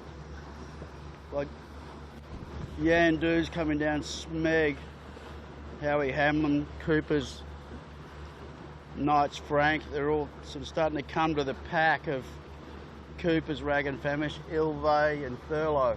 It's sort of funny, isn't it? Coopers will be feeling a bit nervous now. They look like confident before, but the guys are coming from behind a little bit more. Yeah, exactly.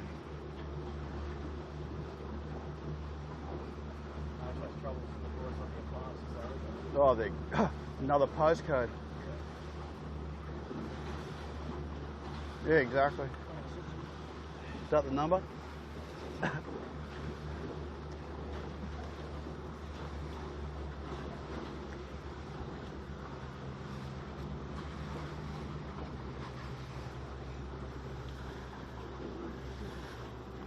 So Yandu in on the western end of Point Piper. Just going in there looking for pressure. It's all about pressure, Andrew. And Furlow here, just jibing. Let's hope he stays upright this time, which I'm sure he will. Yeah, so guys, a bit after 4 o'clock, slack water should be evident shortly. Line 7 taking the odds to it on the far side. But you see here where Furlow is, very little wind, just enough. Okay, we've lost the Rona.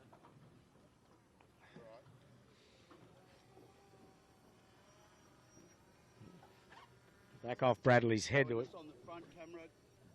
Back off Bradley's head, we see Cooper 62 jibed, and he hasn't got great pressure.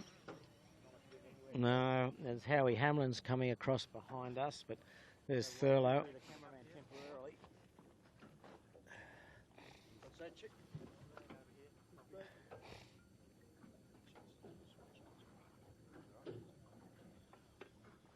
But Dave Witt, the leader's run out of wind down there. Andrew, look, his spinnaker's collapsed. He's got to heat right up.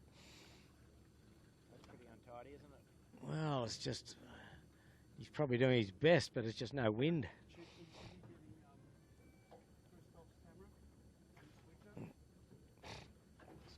Huge gains and losses. Look at Ilvey. There's Rag coming back. Ilvey is just going behind Thurlow, so he's made some big inroads. But Appliances Online has almost stopped down there. He's got no wind. He's got not enough wind to fill the chute, No. which is pretty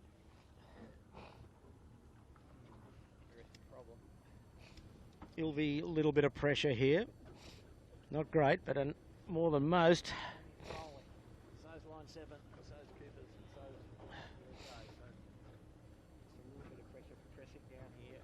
So the lead. Appliance is trying to jibe.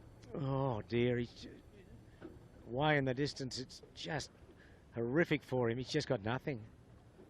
What a day. What a day of contrasts. Rainfall like that, Pete, as you know, always takes away all of the energy and the wind, and the wind will take some time to reassert itself. And, you can feel it, the surface temperature's going back up again now in the middle of the race course.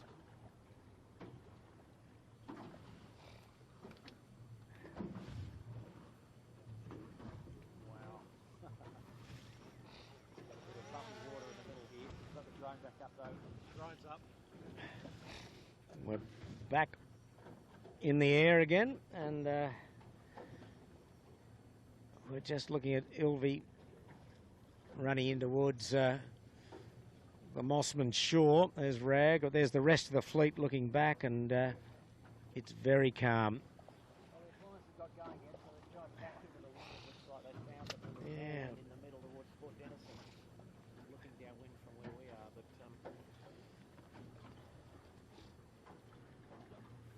But looking upwind, Andrew, it looks even less now with the sky clearing. It's going to be a long beat, the next beat, in these conditions.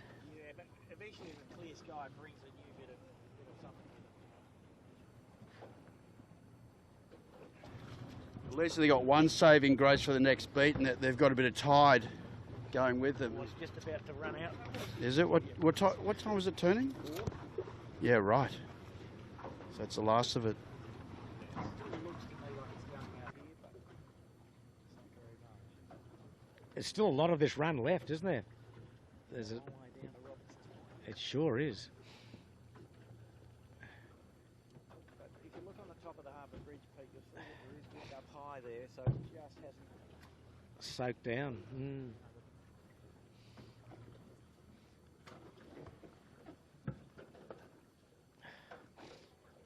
Oh. Shortened course come into play.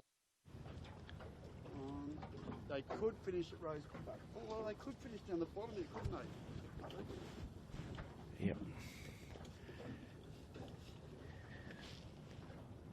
They could and should, but anyway, we'll see. Tiny bit of breeze on top of the bridge, Andrew. Yeah, I was just saying to Pete, you know, there's quite good pressure on top of the bridge. That's actually, you know, about 6 knots of wind was, I would say. Yeah. 6 to 7, so enough wind to sail, but just not down at the water level too well at all. No. Looking back upwind, Andrew, for the first, we're out off Bradley's Head, and the first 500 metres there's not much wind, but further on there is good pressure down there. Probably got about 3 knots here. They've got about 6 knots. Yeah, it's about 6 knot easterly up at Point Piper by the look of that. Look at DeLonghi off Bradley's Head. He's got nothing. A long way away, guys, sort of up towards Rose Bay. Triple M's got probably and higher, and Maersk have got the best pressure on the harbour. Whether that can make its way down to where we are. Yeah, you would expect it would, though. Very slowly, though, you know. It might only go downwind at about 2 knots or 3 knots, so it could take, you know, an hour for it to get, or the thick end of an hour anyway, half an hour to get down to the bottom. It's a long way, that kind of thing, you know. Yeah. And that's sort of how it operates. Rag's lost out here. Who yeah, did? the rag, yep. Just across to our right. Yes. So it might be another great comeback from the Smeg here. Watch this space. He's down on Clark Island. Absolutely. He's wriggling his way through. John Winnie and Lumix there. Black Spinnaker on Lumix. Red and blue on Woody behind him. Nothing. Just got absolutely no pressure. This edge looks pretty dangerous to me. And if we look over to the left, Pete. Oh dear, who's looking that a bit over sick there? in the left. Is that line 7, is it? No, who's that? Yeah, that is line 7. Is it line 7? Off Bradley's Head. That's what's called the high risk option there. But see, looking upwind, all the breezes in the right. Yeah. You know, you look at the likes of Maersk, Thurlow Compensation Lawyers, Peroni, higher. Well, there's the committee boat steaming down towards the leeward mark. He's off Clark Island. Whether that means anything or not, I don't know, but you'd probably have to think that there could be a big chance of a shortened course. Yeah, well, let's go down there with them, guys. Yeah, that's a good call, it was. You know, Woody's inching his way down, but only inching. They've got a full shoot, I guess, just. They're going about the same speed as these guys. So, if we could just do a quick recap, we've got appliances on line way ahead with no wind. We've got Thurlow Fisher second with a little bit more wind. We've got Just going to go a little bit faster, boys. Just probably Cooper's is still third, Pete. Who's still third, did you say? Cooper's. Yes, he's got a... Cooper's, Ilvey and Smeg almost now, like in a line, sort of. Yeah, amazing. Yandu and Loomis have got their bows down. There's smoke sniggling along. Big loser over there's been line 70. Got him behind Bradley's Head, and he's absolutely chicken winged up. The Spinnaker's just completely collapsed. Where's that committee boat? Is he going to get... Oh, he would get to the leeward mark before the fleet, so... Well, the thing is, it's a bit hard for me to hear over here, but AOL stops. I think the committee boat is going to catch up before they get to the bottom mark. Yeah, so it's looking like that indication to call the race there, isn't it? The Thurlow boys trying their luck with a perilous giant. Yes. The two boats that have done well are Lumix and Yandu across to our starboard side. Yep. Just snuggle down in a bit of pressure. They've moved into the top half dozen, but we're looking at Thurlow going across towards Garden Island, just looking for anything. Thurlow truly going nowhere, but anyway. And we'll pick up appliances online shortly. He's got even less, if that's possible. Yeah, Pete, just looking out over the city, and the camera's not pointed that way, but looking to the southwest, there's a rain squall still passing inland of us, yeah? So it might be suppressing anything that can happen here. Well, I think it's suppressed it. There's nothing. Yeah, it can't be suppressed much more. We've got the ripple side on our bow, the committee vessel. that behind them you probably just can't make them out yet. Well, we're now in the back on the drone, looking up harbour. Appliances Online is jibing once more, and he's still a long way from the leeward turning mark. But he's got enough steerage to jibe, Pete, which means something. He's able to jibe, even though he looks like he's stopped. Yeah, you just see him left of screen, top of screen. Just can't get his spinnaker full yet. Just go up and see him.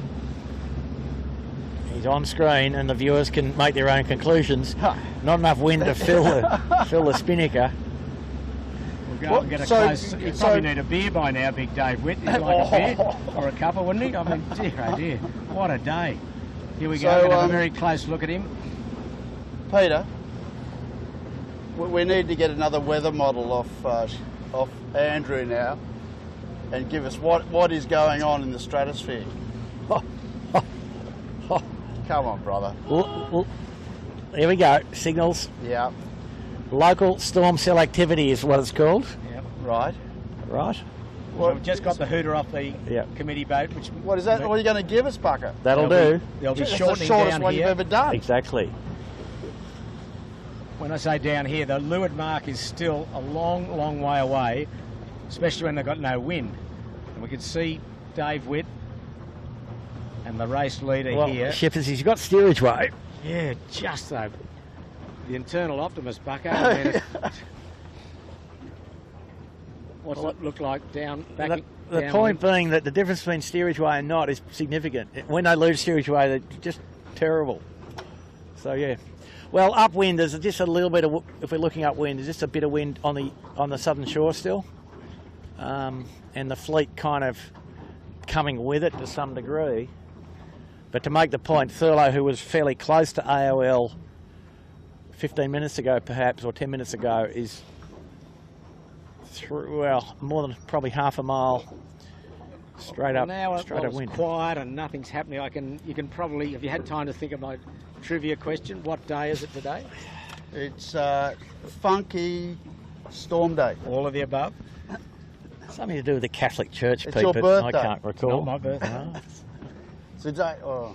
It's Pancake Tuesday. Pancake Tuesday. Well, there we go, Pete. Right. Or Shrove Tuesday. Something to do with the Catholic Church, like I sort of said. And why do they call it Pancake Tuesday? I've no idea.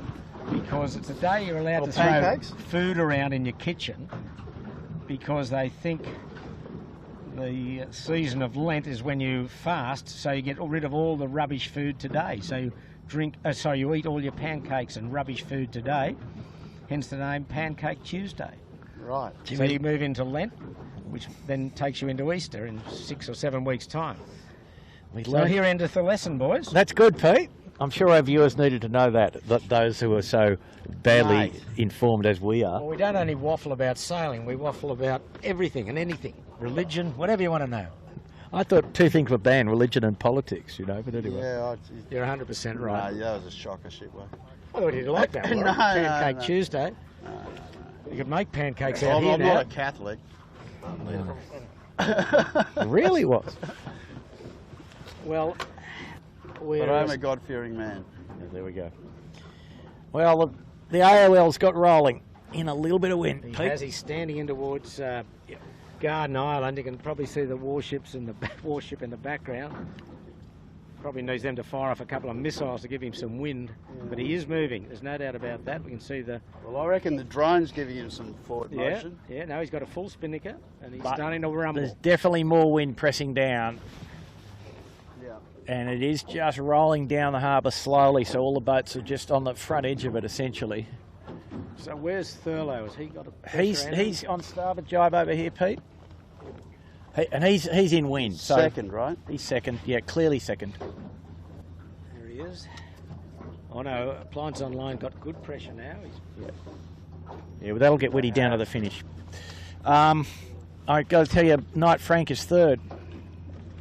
Wow. Okay. What's going to be interesting to what this is all going to do for the points? Well, I'll get my waterproof sheet out. Yeah, or your tablet.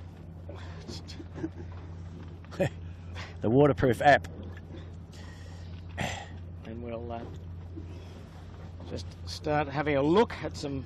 Yeah, gentlemen, quite nice wind coming. Sort of eventually turns out like it might be back to 6 to 8 knots. Yeah, right. Eventually, but still not propagating too well. So, but that pack, it's out of shot. We might turn the boat around. So yeah. Oh, we kind of got that. Yeah. The pack is starting to come back down. Starting to come down to the leaders a bit. Got Thurlow on screen now and the pack in the distance.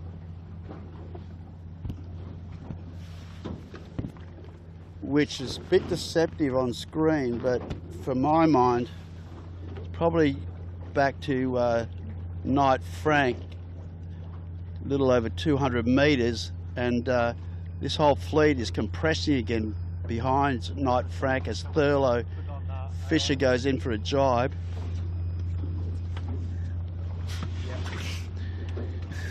And and we're on appliances on. They've jibed on starboard.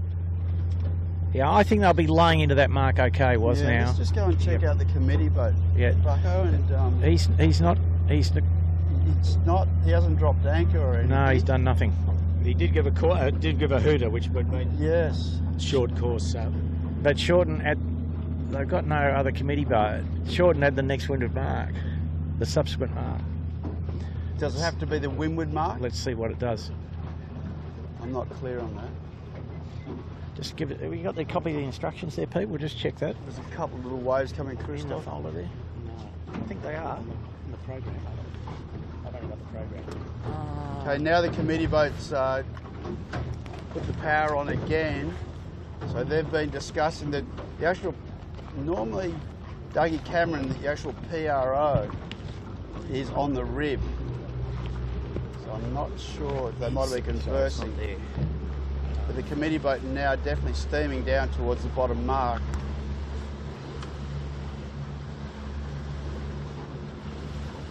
Well, he's rumbling quite nicely there, appliances online. He's nice little bit of pressure.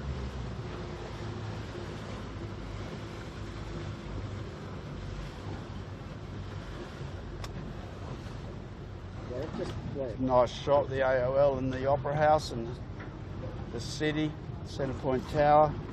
Let's go over and see what they're doing.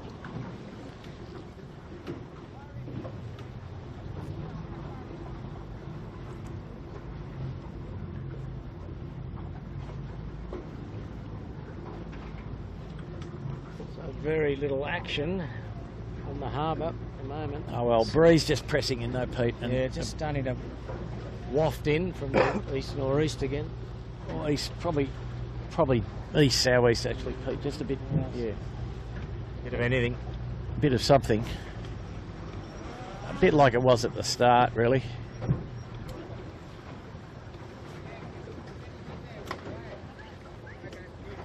What are you doing?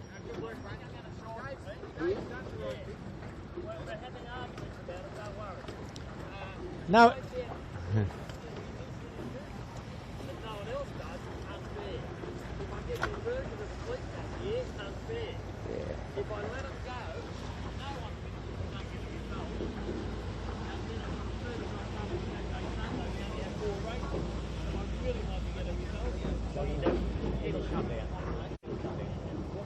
The wind will come and they'll be right. The fleet will finish. Who's running?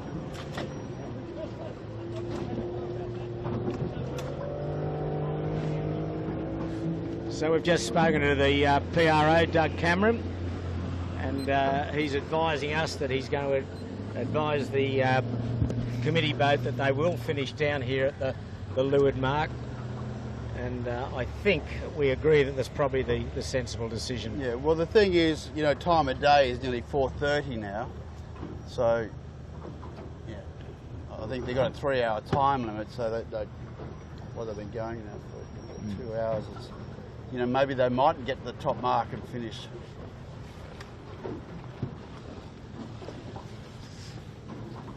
So looking back down the fleet, Andrew, although we're not on camera, we're on camera with AOL, what do you see as the sort of placings? It's hard to pick, I suppose, is it? Well, Thurlow's still second? it's not windy. Thurlow's still second. Knight Frank is still third. And there's about 10 boats that could get fourth. Right. Possibly including Compass Global Markets and Coopers. Just depending how the breeze exerts itself in the environs of Bradley's Head. So the drifting match continues, although Appliances Online is probably the quickest bloke in the fleet at the moment, in more ways than one. He's got better pressure than anyone. And he's just rolling into the finishing line now. He's got about probably 200 metres away. He's not laying the line. He's probably got a couple more jibes in, perhaps, although he's got a little bit of pressure. If he gets a bit more pressure, he'll bow down, but just see the finishing mark in the top of screen. So that's it, boys. 2 hooters. We just heard 2 hooters, that's right, from the committee boat, which means the course has been shortened here. Yeah, the flag's going up. So, Appliances Online looks as though he'll take the money for race 3. Yeah. And, you know, sailed pretty well all day, Pete. Yep. You know, went up the first beat quite well. Weathered the storm beautifully. Made it look pretty easy, really. Yeah. I think those boats that got round the leeward mark the first time first just sort of avoided the real carnage. Yeah.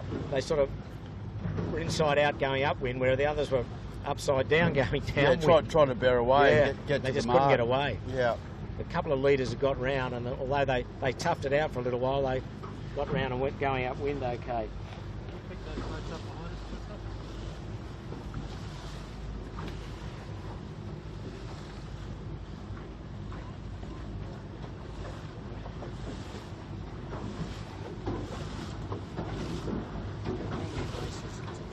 One? Oh, I think so, yeah. I believe so. I've got the SIs in my bag. I'll check when we get here.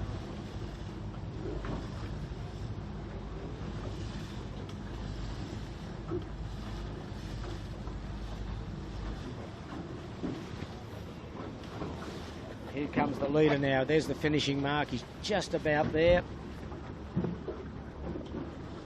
So this is interesting. Yep, so they're doing it the right way. You're rounding the mark. Yep, that's correct. You don't go through it as though it's a finishing line. Yeah. You round it as though you're going to continue racing. Yeah. Very so popular he's around, victory. and that will be a massive lead both on time and on distance. So Now the thing is, what'll be interesting here, guys, is does everybody else in the fleet get that procedure right? Do you know what I mean? Like, yes, it could some catch might think a few it out. yeah, you've got to round the mark as though you're continuing racing. That's pretty standard stuff, Pete. Well, it is, Andrew. It is, but Just at the start, they started rounding. standards not always happen out here. Yes, Oh, Andrew. no, I've got Very that. Today was a non-standard Tuesday, wasn't it, Pete? Correct. Pancake Tuesday. We were allowed to chuck food, and there was a good rain squall or two. Pancake Tuesday. Yeah, got you. Got to get some trivia for tomorrow. Yep. So Dave Witt can go home with a very comfortable win under his belt. Yeah, Knight Franks has got through, and is that Smeg that's got himself up to 4th with that red? I think it is. Smeg's there and thereabouts. Yeah. Maybe 5th. Or something. So Thurlow, it looks as though he'd be second. Yeah. Breeze just building a little from the east-northeast. Johnny Winning.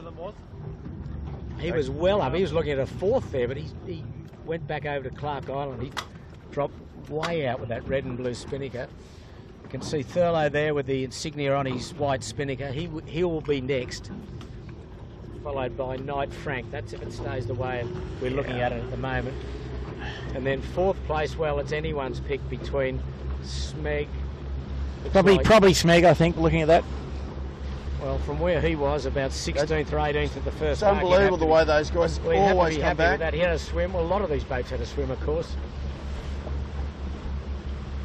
And Thurlow, his swim was the most uncharacteristic of the lot. He swam in about 5 knots of wind. Yeah. Yeah, but they, as we've noted, they push their luck pretty hard on executing, you know, fairly high-risk manoeuvres, and they don't leave themselves much margin for error, and occasionally come unstuck. So twice now in this regatta. Yeah, but I think the point that Peter's trying to make, Andrew, is that they survived all that carnage of that storm in 20 knots with big rig, and then ironically have a capsize in 3 knots. Yeah, trying to do a smart roll jibe. Yes, Andrew. Yeah, all right, all right. Here's Thurlow. He's a little bit of breeze trickling down now, and these boats have got it, but the middle group don't.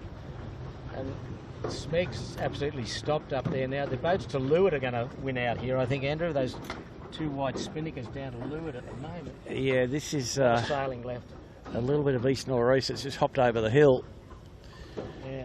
So can you guys spot line 7? Remember, they were in a good position, and they He went right under Bradley's, Warwick, and I don't know where he ended up. Is this him up here with a black spinnaker, I think? Ilve's still hanging in there. Ilve's hanging in there. Yeah, Ilve's doing all right. Smeg's having a fight So with Knight's Noakes. will be third by the look of it. Yep. Yeah, these guys are in Say they're in a little bit of new wind on this no danger. on this edge here. Yep. What's that? Do you want? You happy to kick on like that? Not worry about the finish too much.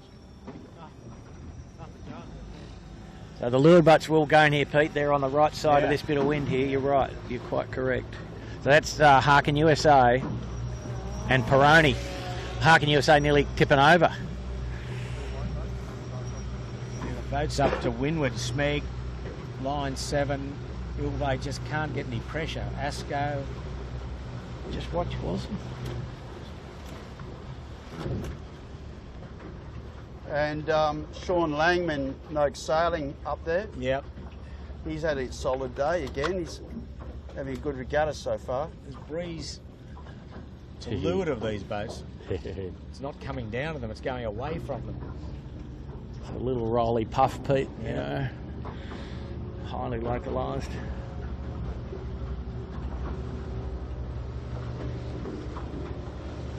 Painted ships on a painted ocean at the moment Yeah. for this group. It's like Fastnet Race shippers. There we were, 1973, Warwick. You were a fine bowman. One of the best. Was that I learned everything about not being a bowman from you. Except we nearly lost him, Bucko. One, Billy Edgerton, who is now head rule advisor for the America's Cup, I believe, or was. Correct. Smokes his pipe upside down in the rain. Yeah, go on. beautiful? Was in the pit and dropped the pole on Shipper's head in the dip pole jibe. That's the story, but one thing Shippers doesn't tell you is he didn't keep his head in front of the forestay, which is, I learnt later, the golden rule for a bowman. That's why there's no old bold forward hands, mate.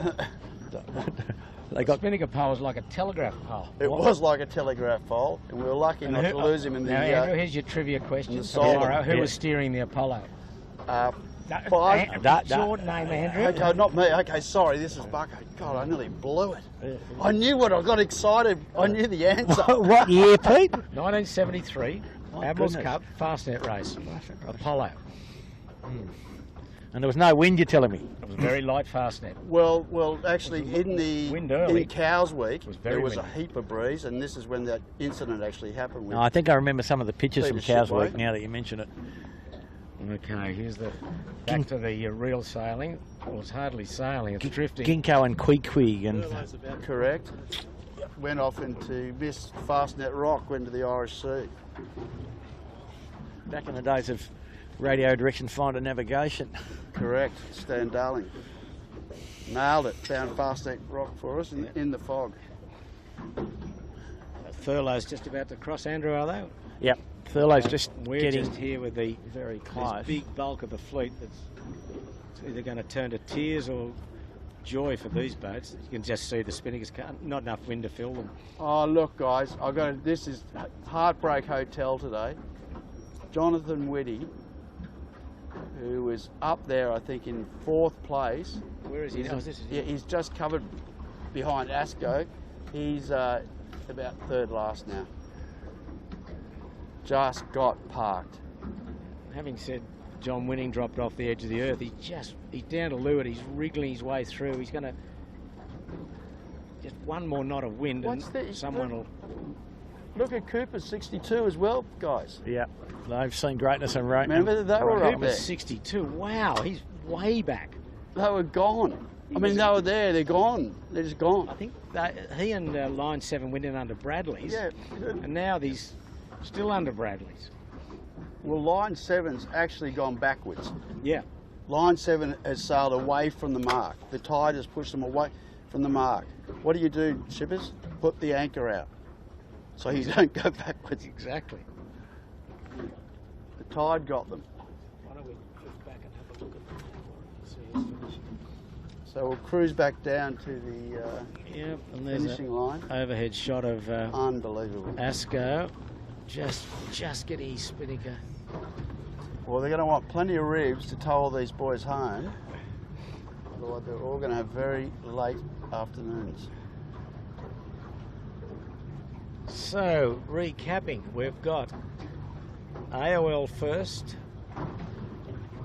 Thurlow Fisher second, and Knight Frank from New Zealand. First 2 from Australia, Knight Frank from New Zealand, drifting across the line. He's got about 60 or 80 metres to go to be 3rd. Thurlow Fisher has finished. And then it's a real lottery for the placings after that, or the positions after that. Ferroni's there, Harkin, Ilvay, no sailing, Smeg. There's just no breeze. Yandu's trying to get down. These boats are going to be lucky. There's just nothing between us and the finishing line, or between them and the finishing line. You can see just how calm the water is. Quite surprising, isn't it, Pete? Quite good pressure down at the line. I mean, he's sailing, not fast, but he's able to sail.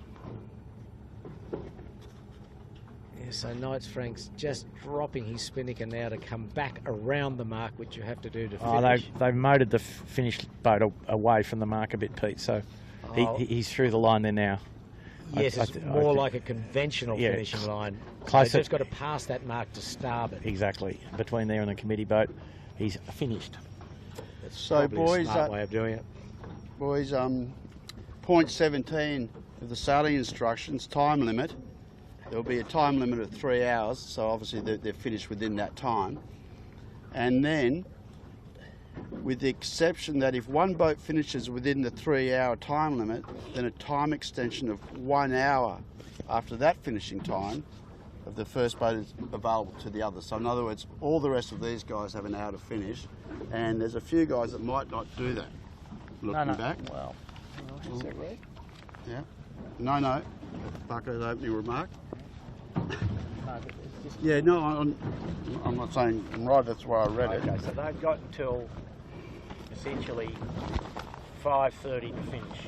An hour after the finish. About 5:30. So what, they finish at 4:30, 5:30 now. Roughly 5:30, yeah. So the tide will help them eventually. So if you're wondering where Yamaha is, the winner of the first 2 heats from the New Zealand skiff, he did not finish, or will not finish. We believe he may have suffered some damage at the Carnage, the first leeward mark. We saw him capsize, but we didn't see him come back again after that. So he has retired. And remembering, you can drop your worst performance, so that will naturally be his worst performance. If they get enough races done, Peter. Yes, I think they're going to get 5 races for a drop to come into play.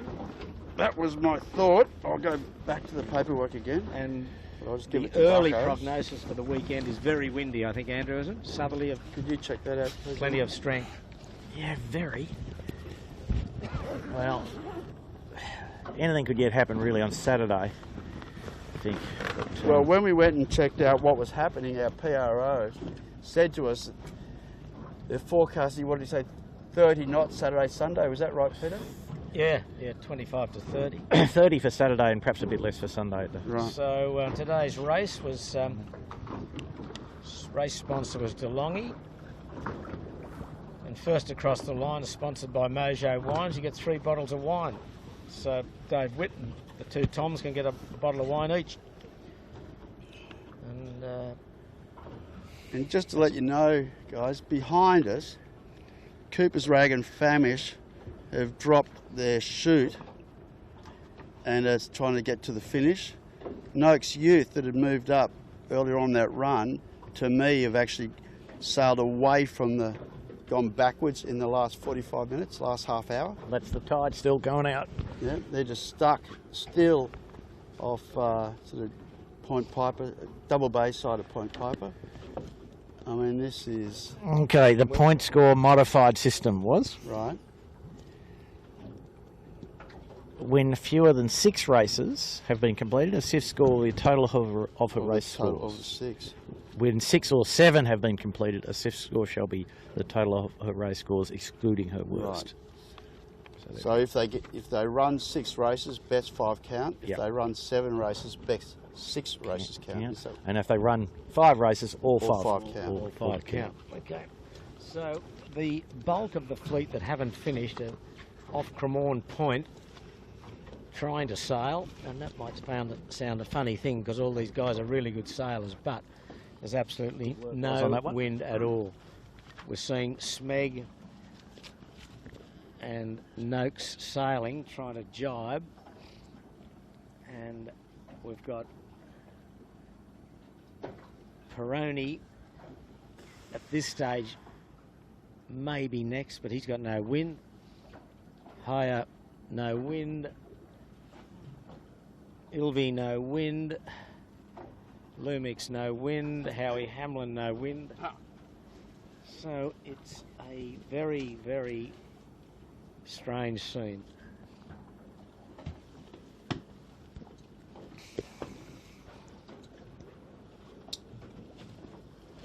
Only 3 boats so far have finished. Pliance is online. Thurlow, Fisher and Knight Frank. Now, what about the trivia question number 2, Peter? Should we give Andrew a hint? Who was steering Apollo in 1973? Yeah. Former JJ Giltinan champion, Andrew. All right, I think I've got a couple of ideas. I'll bring them tomorrow, all right? Okay, but no cheating, Bucko. Yeah, no, yeah. I think I know. No, that doesn't work. You go home and Google. I think I know who it was. Even It's though it was long okay. before It's Google. okay. It's okay. Okay.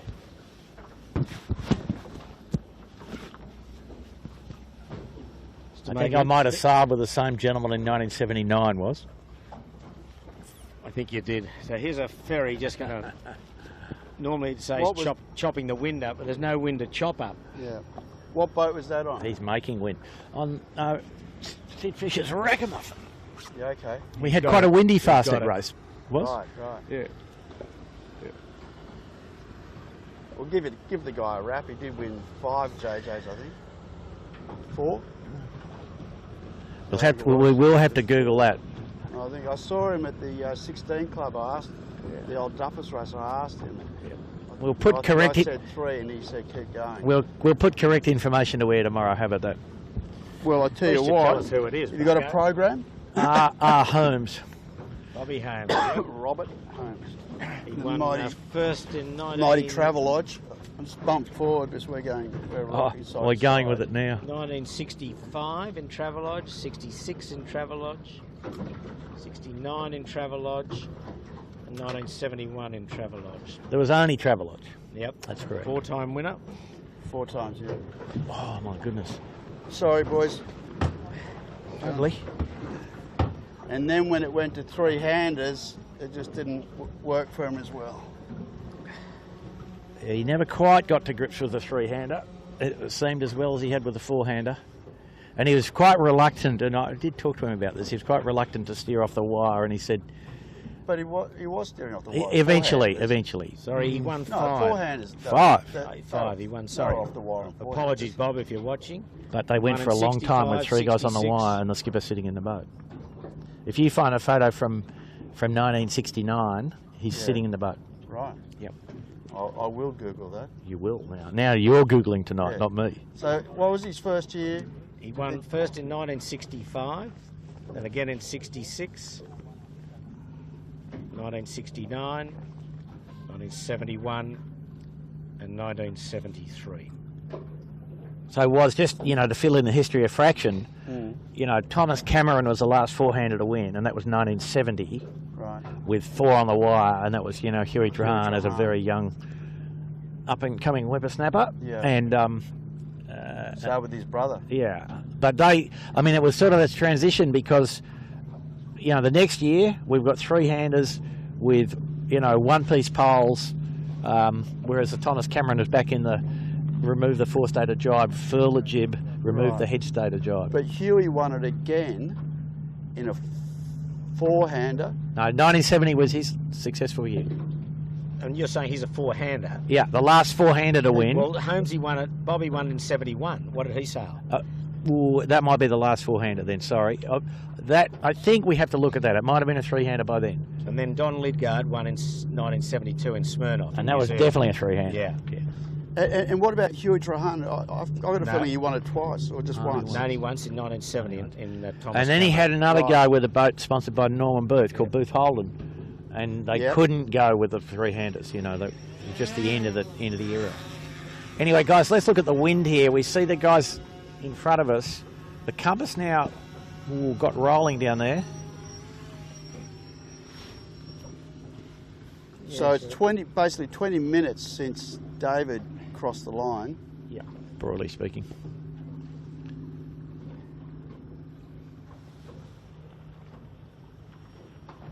There is wind here, a little tiny bit. Sort of amazing, isn't it? And now we've got a few boats that don't have chutes up. SeaTech just dropping their chute. What have we got on screen? We've got Peroni. Yeah, SeaTech, he has dropped his spinnaker up there. Peroni's still got his spinnaker up, and Compass has still got, but SeaTech's moving quite nicely. Well, relatively speaking, up there without a spinnaker. Yeah. Man in the bow to get the stern out.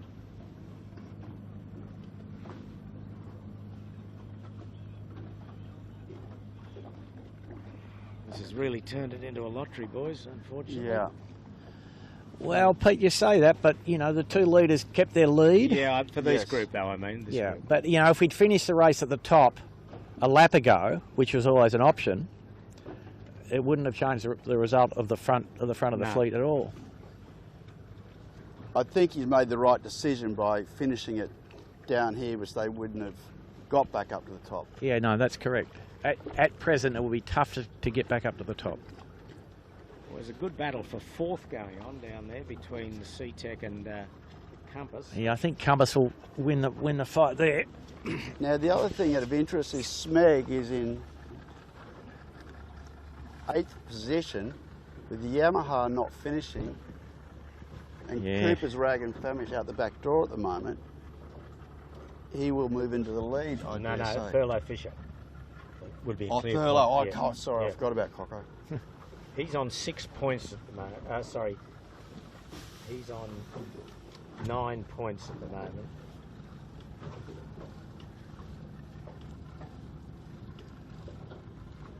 Remembering lowest points win.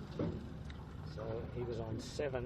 His placings will be 3, 4 and 2. So he's on 9 points. And even though we said before the start of today that these sort of days can mix things up, I don't think, well, I certainly didn't expect it to pan out the way that it did. That was radical. Well, it was a pretty intense bit of weather, wasn't it? Yeah.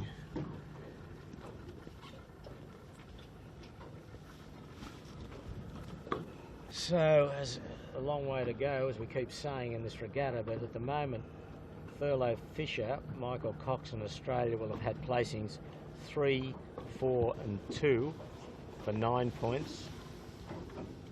Knight Frank placings of 11, 8 and 3 for 22 points. So that's pretty handy for them. And Appliances Online of placings 7, 6 and 1 for 14 points. And of course Yamaha 1, 1 and a DNF. 27, which counts for 28 points. So he'll have 30 points.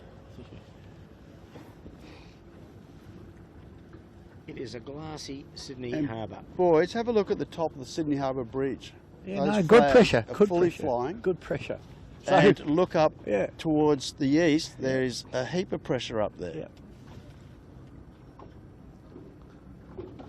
Gee, look at that poor old Coopers. Didn't he lose out? Oh man. He was a good third and yes. second and up there, line 7. He was up there. Yeah. Just And Ollie Hardis as well, Ilve, he was up there as well.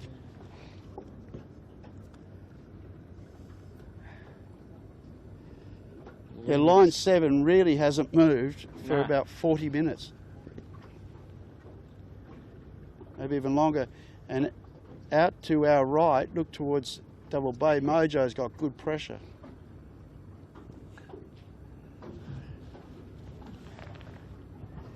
Is that back with Mojo? Is that Howie Hammond? no, Howie's just here. Oh, is he? Oh, sorry, no, No. I'm mistaken. That must be Howie back there. Yeah, I think it is Howie, My goodness. who was also Yeah, right with he- that pack.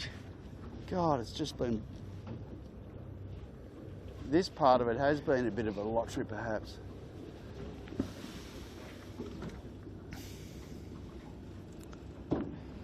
Well,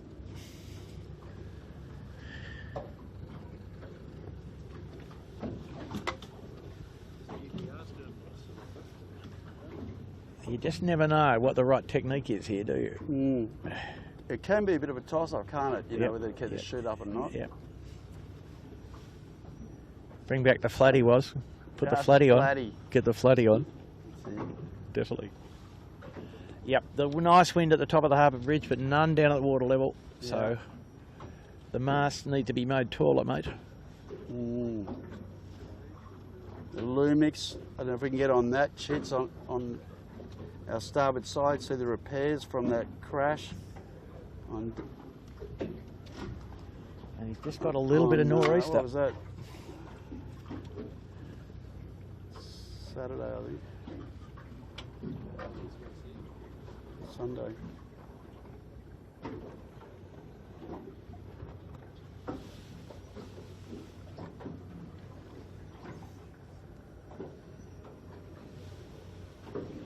Now the sun's starting to come out a little Yep. bit. The Lumix is actually going quite fast towards the finishing line. Mm. I mean, relative to the fleet.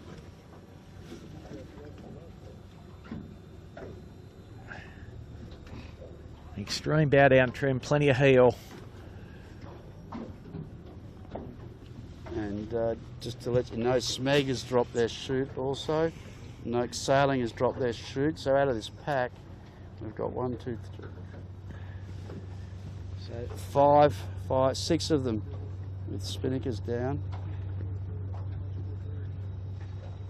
5 with spinnakers up, maybe 6. About half-half.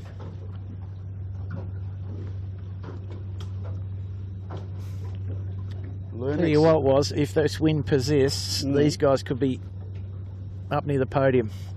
Lumix? Yeah. Yeah, right. Yep. Yeah, yeah. Breeze is just in the north, just here. Yeah, look, they're relatively, they're probably Just one of the getting quickest. this- They're the quickest boats out of the fleet at the Yeah. moment. Oh, he's doing a bit of ooching. Little pumping. It's just. And the Coopers could make a comeback as well. Lumix just getting his spinnaker. Yep. Almost full here. He had good attached flow there for a minute, but A little bit it looks like there's no wind down the bottom here still, basically. of nice little technique there. Yep. Just one puff for someone will make a rocket ship. It'll be just starting to rumble slightly. Coopers are starting to make a bit of inroads now, Warwick, after all their dramas of going backwards. Yeah. Wow, how about this bright sunshine, guys? Got a lovely summer's day now. Not much wind, but good for sun baking.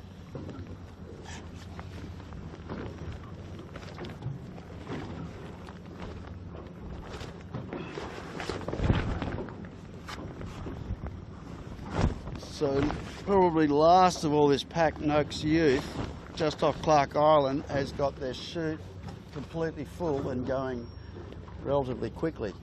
Yeah, in about 8 knots of wind. Just bizarre.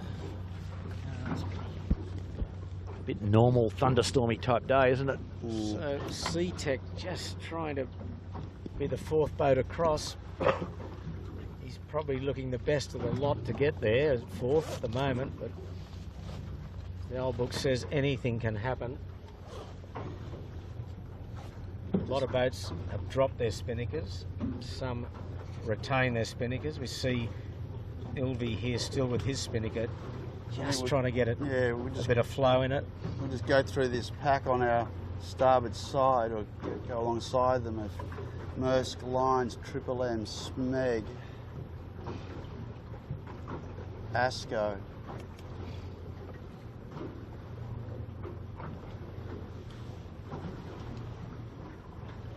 You just come on our right hand side, please, Chits, on your right, and pick up this lot here. Give a perspective of. The next group is still about 200 metres from the line. A very slow drag race to the finish. But SeaTech has got his sails full and just moving.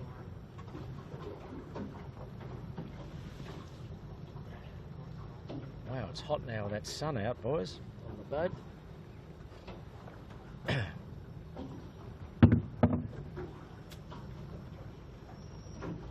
Linux has just stopped. Anyway. So we're flying over to Cooper's Rag and Famish now. Shoot down, just the outside of them, Yandu, John Winning, assisting with their shoot.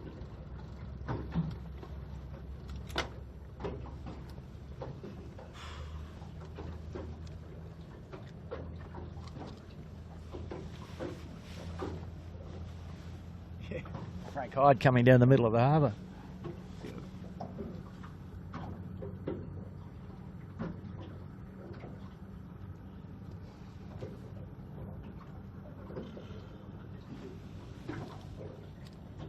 It is starting to get down to us a little bit, that breeze. Look, it's out of shot. I'm just talking to Andrew. See the lasers off Point Piper? Yeah. Got plenty. Yep.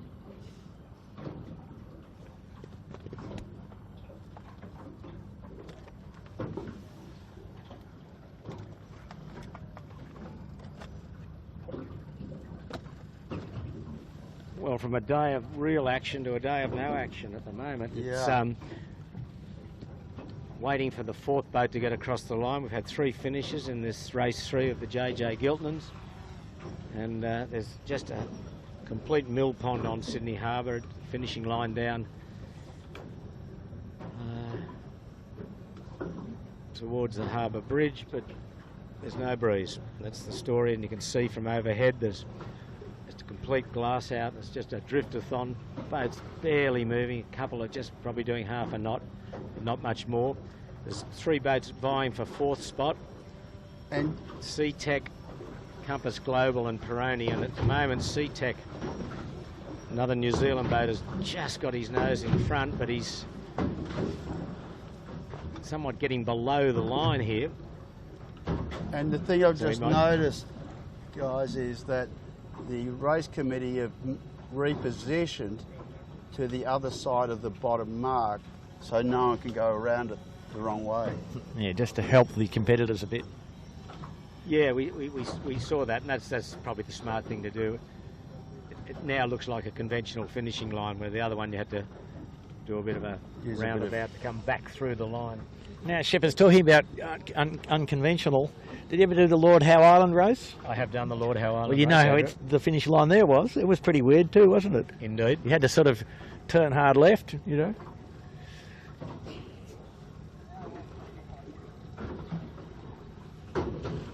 Go to the breakers and turn left. Was it a fixed finishing the line? tide's starting No, to drift a these boats transit. down below the line Right. here, Andrew? Do you think? Or was the tide in yet?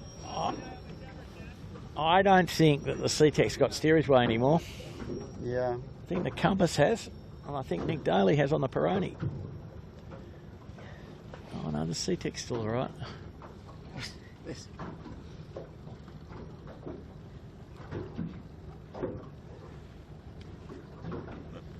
any back end. Has John Winning got wind there, Warwick, and the Yandu? No. But the breeze is starting to filter down now. Two boats in Rushcutters Bay going towards Garden Island. Look at Ash and the boys. He's coming into Garden Island with full pressure. Full pressure. Yeah. Not quite 3 strings and throwing mainsail at it, but he's got more pressure than anyone. He's doing about 5 to everyone else's 0. But it looks as though it's going to run out very soon. Yeah. Oh, poor old Howie Hamlin in the Harkin. Yes. Wow, he led round the first mark, if you remember. That's right. And now he could well be last, if not second last. Wow, cruel game. These boats here, SeaTech, that we're on camera with, he's drifting below the line, so let's just go and look at that. If the breeze comes in, he could have to tack back to the line. But so the tide's coming in now. Yeah. And so there is a risk that... There is some risk, of Yeah. course. It wasn't ever one that you thought would turn into a real risk, but here we go.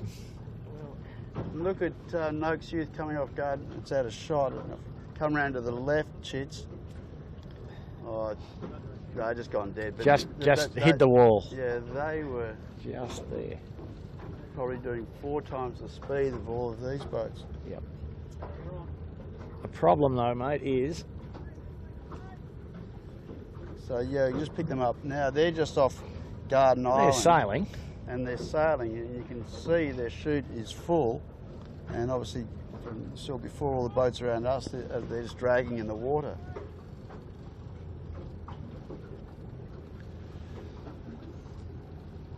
So they spent a lot of time actually. A few verbals from backwards, SeaTech. and then we're the first to get that breeze.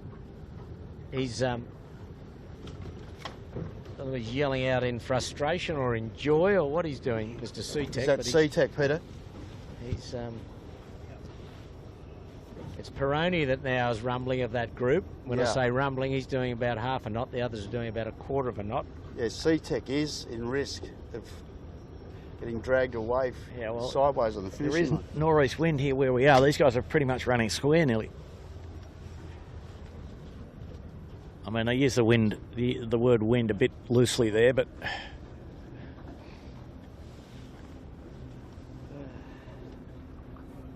the Peroni's smashing them at the moment.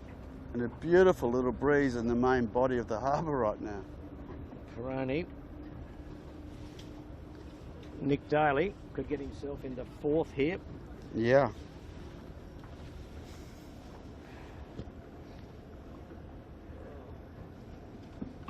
He's got Steve Thomas starting with him this year on the sheet. Very handy 49er starter. I think Steve was a 29er world champion actually. And John Walton. Okay, SeaTech starting to move as well. Just got a bit of a breath here. If SeaTech, they're both about 50 metres from the line. I think you'd have to favour SeaTech if he can. Yeah, SeaTech's closer to the buoy, Pete, now, and he's got way on. So Peroni stopped again. Oh, he's still got wash off his rudder. He's still going all right. Wash, gee. One bubble. Well, he's got steerage way, wash in a bathtub. He's got steerage way.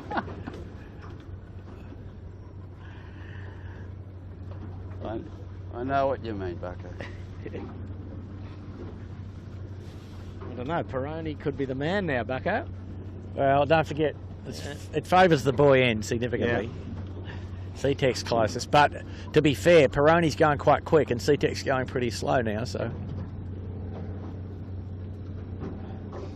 Okay, we're coming up to the finishing line. It's got closest on the left-hand side, mid-screen, is SeaTech, and on the right is Peroni. And but Peroni is moving a little quicker than SeaTech, although SeaTech is a lot closer to the line. Still something funny maybe happened with the tide here, because I'm just looking at the race committee. They're having to reposition their boat so they're not... So they're trying to turn around so they're not facing the other way. It's going to be quite close, but at the moment you'd favour SeaTech. He's got about 2 boat lengths to go. He's mid-screen and closest to the buoy. It's like a snail race, Shepherds. Yes, exactly. It's not even that quick. Yeah. Well, this is be quite close here. This will be a photo finish. It will be, won't it? I think CTEC's going to get there. Oh, some bad waves are going to knock them around. Look, there's CTEC slowed down. We're right on transit here. And CTEC's there. Yes!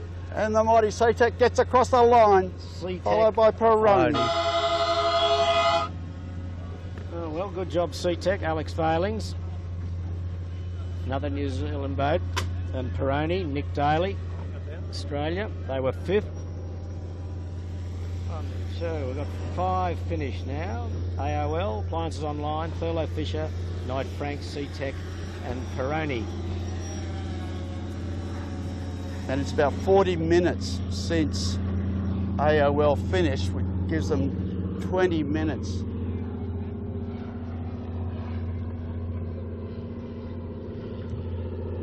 The rest of them 20 minutes. So CTEC's been consistent. He's had a 5th, a 7th and a 4th. Whoa. He's hanging in there. That's handy. So that's pretty good. Yeah. Pretty good. Let's put them right up there.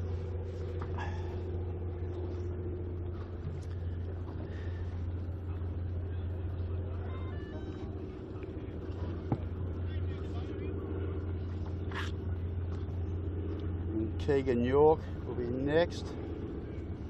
Compass Global Markets. Compass just inching across. It's agony. Yep. Compass Global 6th.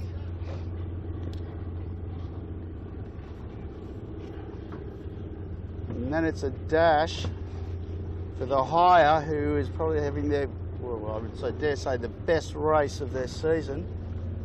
In front of Noakes Sailing, Smeg just behind, Asco, Triple M, Panasonic Lumix.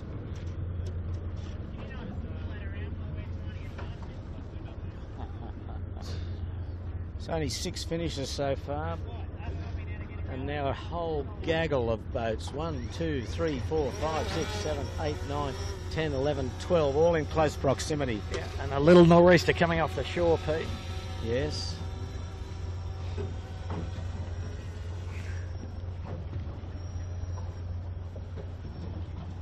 Sailboat racing, huh? Well, we've seen a little bit of ooching go on here, I didn't want to say that too loud, but that's what you'd expect, isn't it? Yeah. Big fully battened mainsail. So the next boat across looks like it'll be Hire Appliances. But anything's up for grabs here. Hire, then Noakes Sailing, Asco or Smeg. The old Noakes Sailing is putting a bit of kinetics into it. On the other job. Yeah. Little nor'easter just starting to come over the top of the cliffs at Taronga Park Zoo. DeLonghi's got a bit of it. And looking back, but not in shot by any means, right on Garden Island we've got Mojo, who was stone cold motherless by a mile. He's got sort of pressure, and Noakes Youth jibing back into Garden Island. They've got pressure, but there's nothing between them and the finishing line, sadly. Southeaster at Garden Island, but nor'easter here over at the finish line now. There's a bit of rocking and rolling on the Hire Appliances. Yeah, that gave him a bit of forward. That was a good drive that. though, wasn't it? And that'll tell you where the wind is. Exactly, it's got a little bit of that north. So Yep. Hire with Pedro Vozone, Lorenzo and Cam Walker. Oh, Pedro, he's doing all right here. Yep. Lorenzo Ceratelli. Firing in.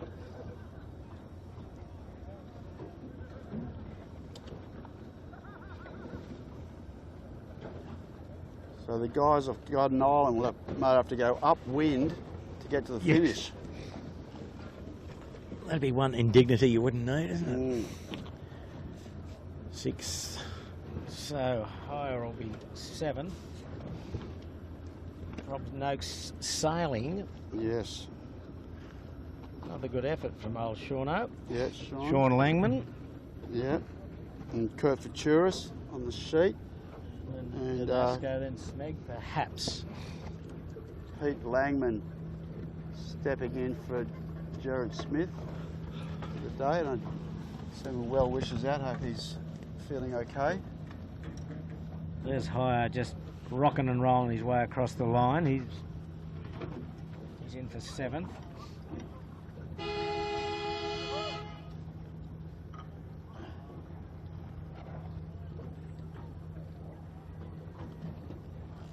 So in terms of the Masters division, that's, I think Sean's going to be leading in the regatta stakes for that. He's had that'll be his third very reasonable result.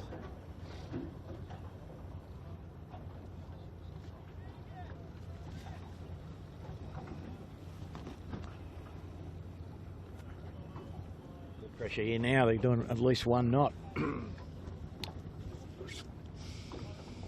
And here comes Asco, our redress kings. Yep, Asco next. Then Smeg.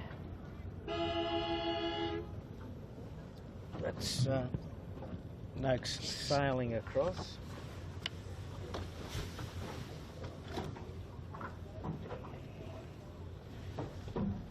Well, you'd have to say it's a day of everything. We've had a nice breeze at the start, 8 to 10 knots. And the rain came, the wind came, the rain went, and the wind went. Mate, it's your pancake story, mate. Yeah, well, that's right. And it's still a glassy ocean, or glassy sea, as Asco just drifting across, just ahead of Noakes. Just ahead of, Smeg. Noakes is across. There goes Asco. John Winning barrelling in here with the spinnaker up. Bit late, Pete, bit late. Asco 10. Asco 9. Smeg 10. Smeg 10. Then dear old Rag and Famish. He's got a little bit of a rumble up. There goes Smeg across. Here comes Yandu with the red and blue spinnaker. He's going to grab about half a dozen or more boats. Triple M should perhaps get there next in 11. See, they've got the rib on the back of the committee boat to get it to face the right way. To make a finishing line. Sort of. Just on Yandu here, he's barrelling in at about 3 knots. The others are doing about half a knot. The Triple M will get there next. Then Cooper's 12. And then Yandu will be 13th.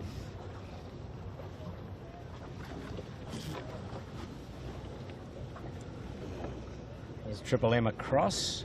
Oh, Yandu's hit the brick wall here. He needs to get rid of that. He'll have to drop the spinnaker, eh? Cooper's across in 12th. Well, they had a mixed day, up early, way back, and then got themselves sort of back in contention to 12th. Yandu's got a bit on here, Woody. He's absolutely hit the brick wall.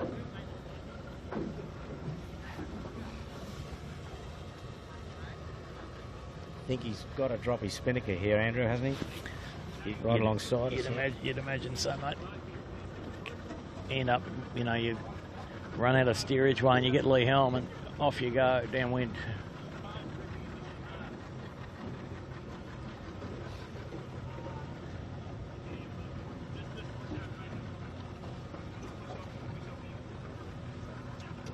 Yandu, he's just absolutely stopped.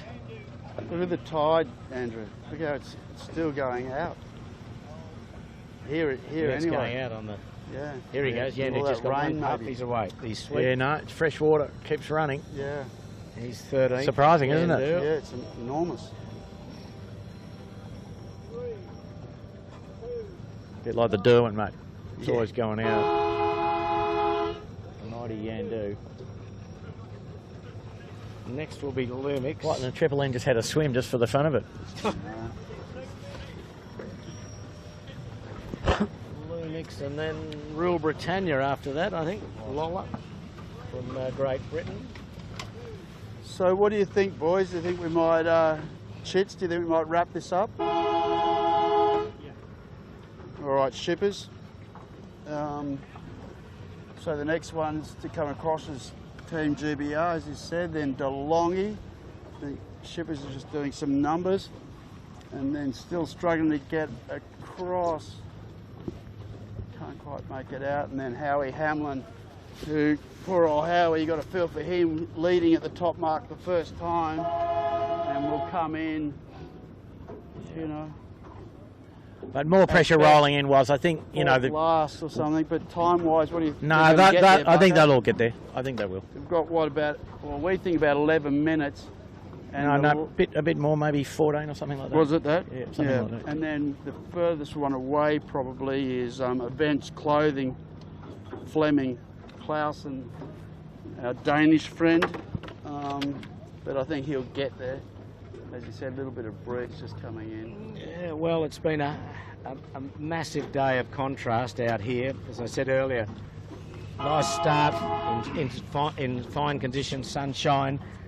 Then the rain came and the wind came, and then the rain went away and the wind went away. So we finished in an absolute drift, but full marks to Appliances Online. David Witt, they were clear winners. Thurlow Fisher was second to maintain his consistent form. Knight Frank from New Zealand third. C-Tech from New Zealand fourth. Then Peroni, Compass Global Markets. Higher Appliances was seventh. Noakes Sailing eighth. Asco ninth. Smeg 10th. Triple M 11th.